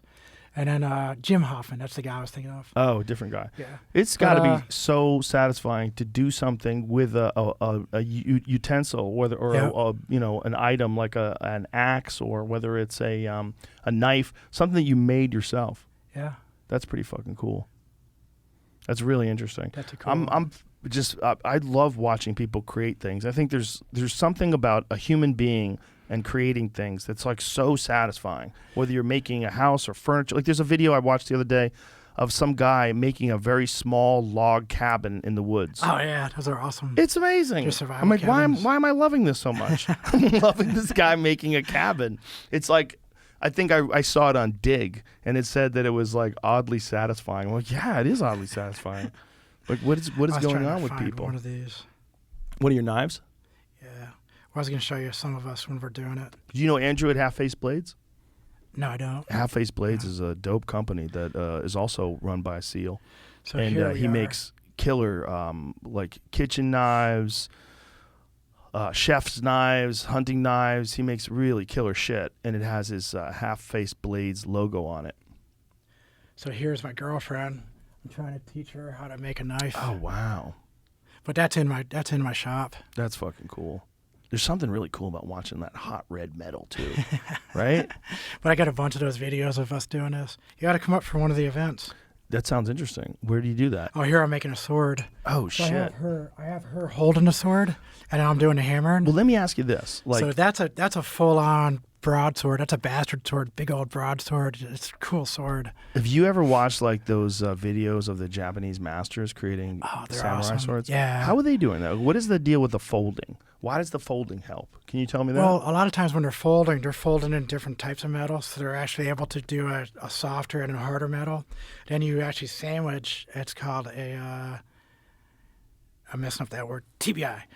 So they actually fold a lot of the soft metal into the spine, and then you have the harder metal down more towards where the edge is. Because then you can have that hard metal, you can get super, super sharp, but it's very brittle too. Then if you have it sandwiched around, Softer. I metal. almost had it softer, then it gives you the ability to kind of move and flex. So it just doesn't to have break. the hardness, so, yeah, it can't break. Oh yeah. And so that's what they're trying to do, is they're trying to have the soft and then the hard metal just on the edge. So then you can't dull it. So That's it's still a- super sharp. That's an argument with broadheads for arrows too, Oh, yeah, for yeah. archery. Yeah. Because there's some broadheads that they make out of really hard metal, but Yeah. it breaks Yeah. when it hits bone. Yep. Where other bend around the 'Cause bone. they'll kinda yeah, move. they'll wiggle around the bone, and So I people make- have started to prefer those. Yeah, so I make my skinning knives. The skinning knives are about that big and has a blade about that big, real small. And so the skinning knife, you want to be super sharp because you're in the Hmm. Right. field, you don't want to worry about dulling. Even if it hits a bone, you want to be super sharp. But if you drop one of my skinning knives on a slab of concrete, it's going to shatter. Oh wow! Because what I do is I harden it to such a high Rockwell hardness. It's like a 90 something, or it's crazy hard. But it won't dull. It's gonna be super sharp. So you skin. So you just have to be real careful about it. just don't drop it. Yeah. So it's just like those ceramic blades. If you drop one of those, it's gonna shatter. Oh, you wow. know. So just be careful with your tool and use it for what it's meant for. Don't use it as a fighting knife. This is only for skinning. Now, if I gave you a fighting knife, I would have like an extra thick spine. It's like one of the ones I gave Rob O'Neill is like a camp knife. It's not a fighting knife because I made it extra thick spine. This thing is heavy. It weighs like 6 pounds.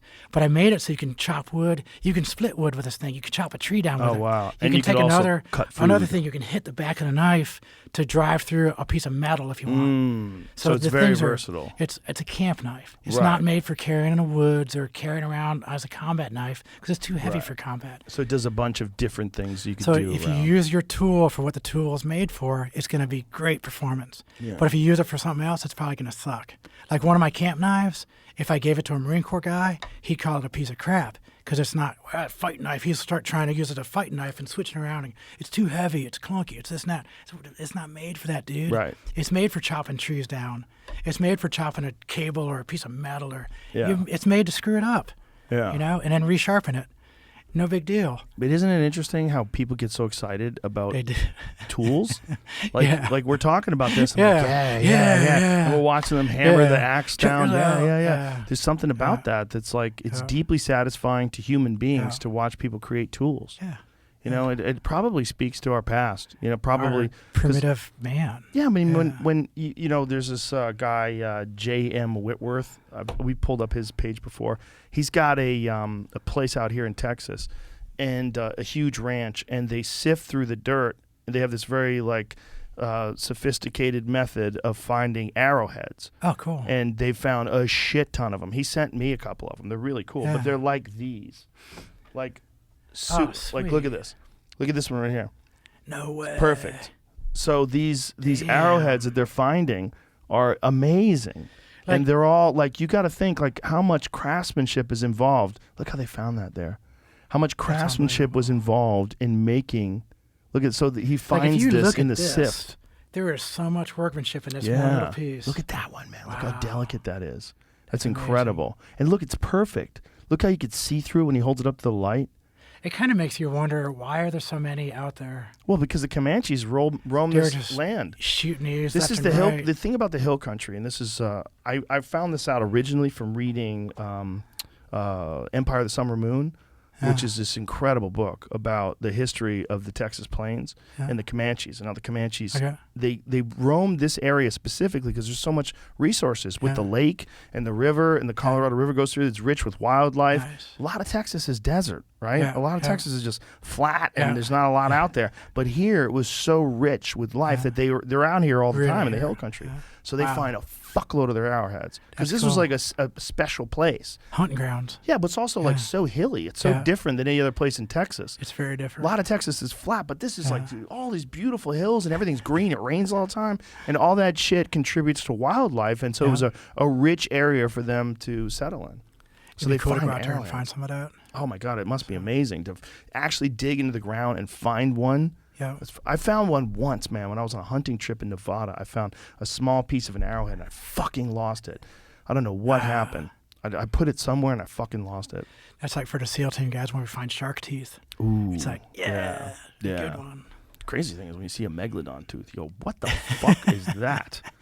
And they're always fossilized, right? They're all mineralized, so they're black, and it's this big ass. I keep finding these 20-foot tall giant skeletons everywhere.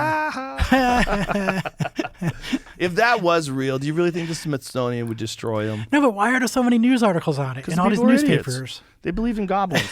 There's probably just as many news They're articles still- about witches. I was going to say they're burning witches. They Why just wouldn't got they done. say there's a Yeah. giant? A few years ago, they were burning witches. Now they're writing about giants. Because there's a lot of stuff that I think about. I don't always 100% believe, but I do want to look into it. Because if it was in the newspapers that many times, there's got to be something. I just want to know stuff. That's my same feeling about like Bigfoot and UFOs. My problem is I want them to be real so bad Yeah. that I don't look at it objectively. And what's that bias?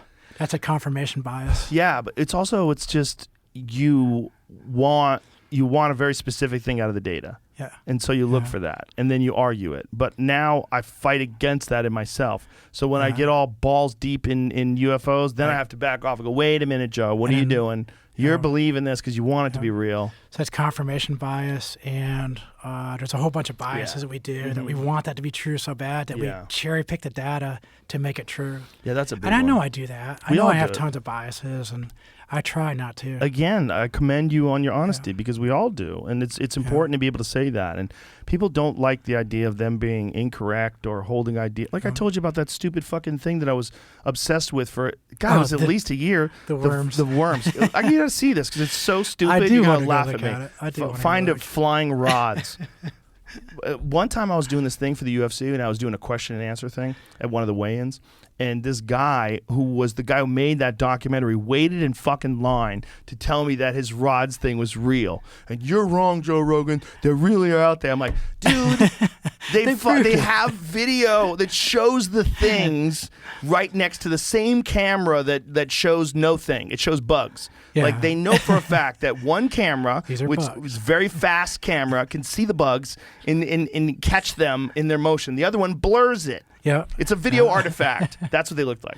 Like Look at that. that. I like that. Like that right there. What is it? Flying rods? Skyfish? A moth? So you see it in slow motion. See how it flies through? Oh, yeah, it's a You'd rod. say, oh my Yeah. God. It's You would say, magic. there's rods with wings. They're flying through the air. But no, that's just a video artifact. It's a bug with wings. And it flies by, and you see it, and you think that it's, an alien. Well, that's that's- moving too fast for your eyes. I was reading, and I can't remember who made this quote, but he was quoting that if it was sufficient, high enough technology, it would appear to be magic. Yes. Yeah. And so the problem with that technology was it was high enough technology to catch the bug, Right. but only partly caught it, so it looked like magic. Exactly. But then when you get a higher tech that actually catches the bug, that's like more magic. But- and so what do we have going on right now in the universe that we can't figure out that we are calling magic?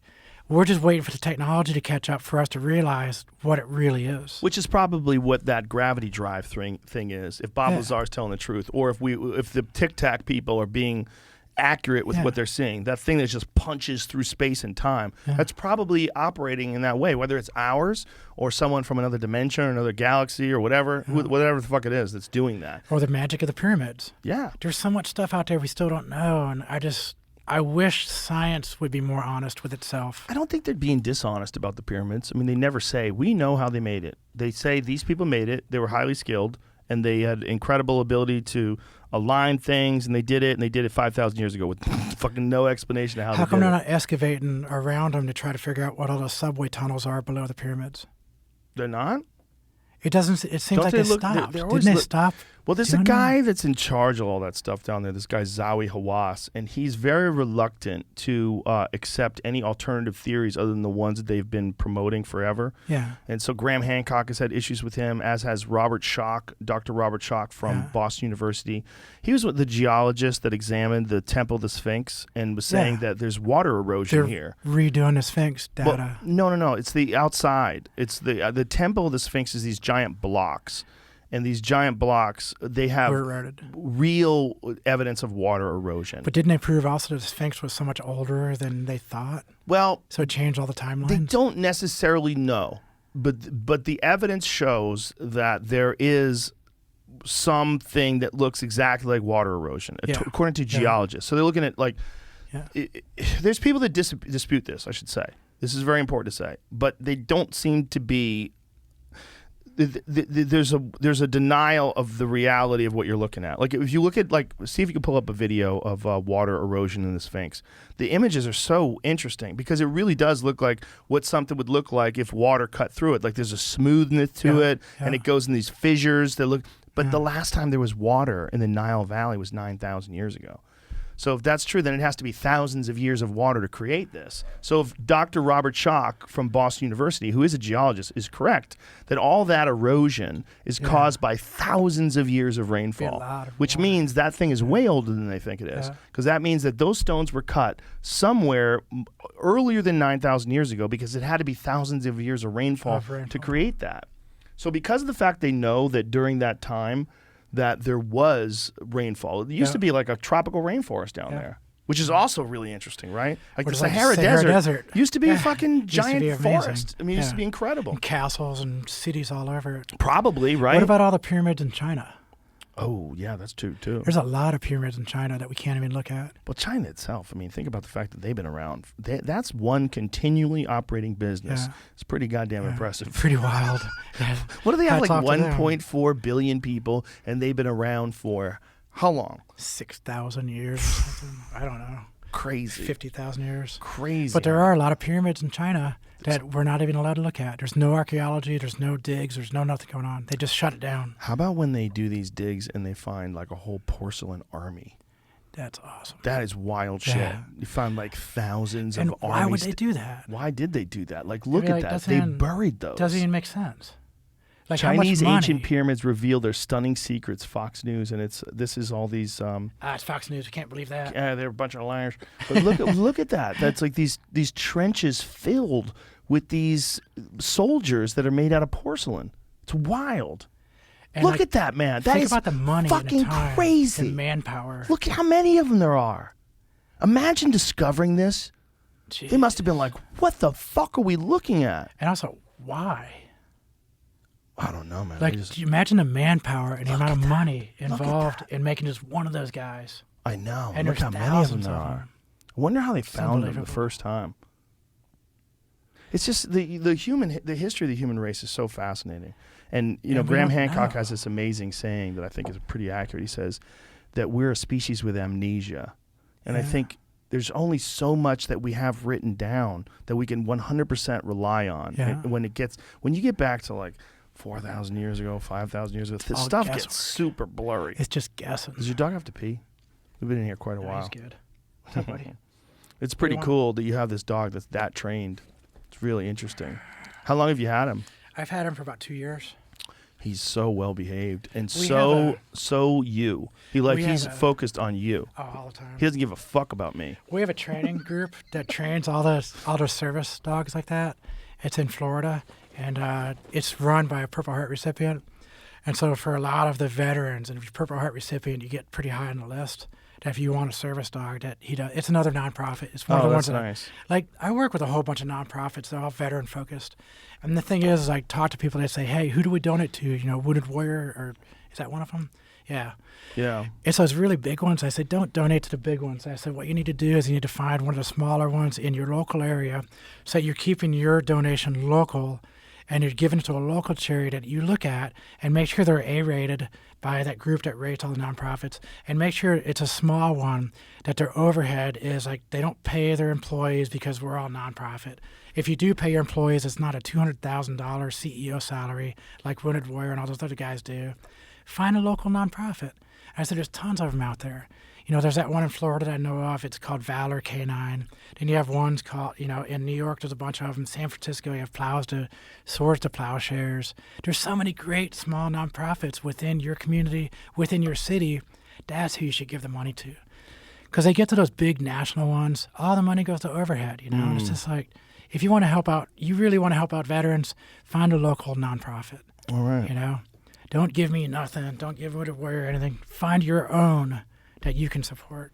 Well, Kristin, we've been doing this for 3 hours. I know, I believe it didn't or even not. know. Isn't that wild? Yeah. We flew I through thought it was like 40 I'm glad we minutes. did this. It was really cool. I really What was enjoyed like it. the really big thing that we wanted to talk about, though, was probably about the transgender athletes. We did it. We talked about What it. was Don't you like? think? Was there anything else that was like that No, anybody listen, out we could do there- this again. We Yeah. definitely do it again. I really enjoyed it, Yeah. and I think it's cool for people. Like, you have a very unique perspective. You know, becoming a SEAL and then transitioning while you're, you know, in civilian life, working as a contractor and explaining all this is very. It's very valuable for people to hear, and your honesty, like I said, really should be commended, because it's hard. It's hard to be. It's hard to just open yourself up to people like the way you have. But I think you've done a lot of people a great justice by doing that, because it. I hope so. I think you do. I think it. I really do. I think it helps people. It also, like, there's a lot of people that really, really respect veterans and really, really respect SEALs, and they might be like hesitant to accept transgender people. Yeah. So from hearing it from you, like, they have to respect you as a SEAL. And then they go, well, maybe I'm wrong about this. And maybe they'll allow them to be more open-minded. And there's no weakness in being open-minded. There's strength. Yeah. It's good for everybody. And there's no weakness in like compromise. And I think that's one of the things we have wrong with our politicians right now, is none of them will compromise. Yeah. Well, it's just, we got to, like, find ways to, like you said, be cool. That's probably the best way to end it. Yes. Hey, the come best on, way. man. Can you just And be cool? tell everybody your social media. Like, what's your website? Like, what's the best way to get a hold of you or to see your stuff? And So all of my social media is all the same tag. It's Valor for Us. VALOR, the number 4 US. And that's on Twitter and Instagram and Facebook. Everything. If you find Valor for Us, that's going to be me. all right. Thank you. Thanks for doing this. I'm Thank glad you. we did it. It was a lot of Yeah. fun. I really Heck enjoyed yeah. it. And let's do it again. After 4 years, man. Yeah, I'm finally we'll here. do it again, okay? All right. Heck yeah, All for right. sure. Thank you. Bye, everybody. Thanks.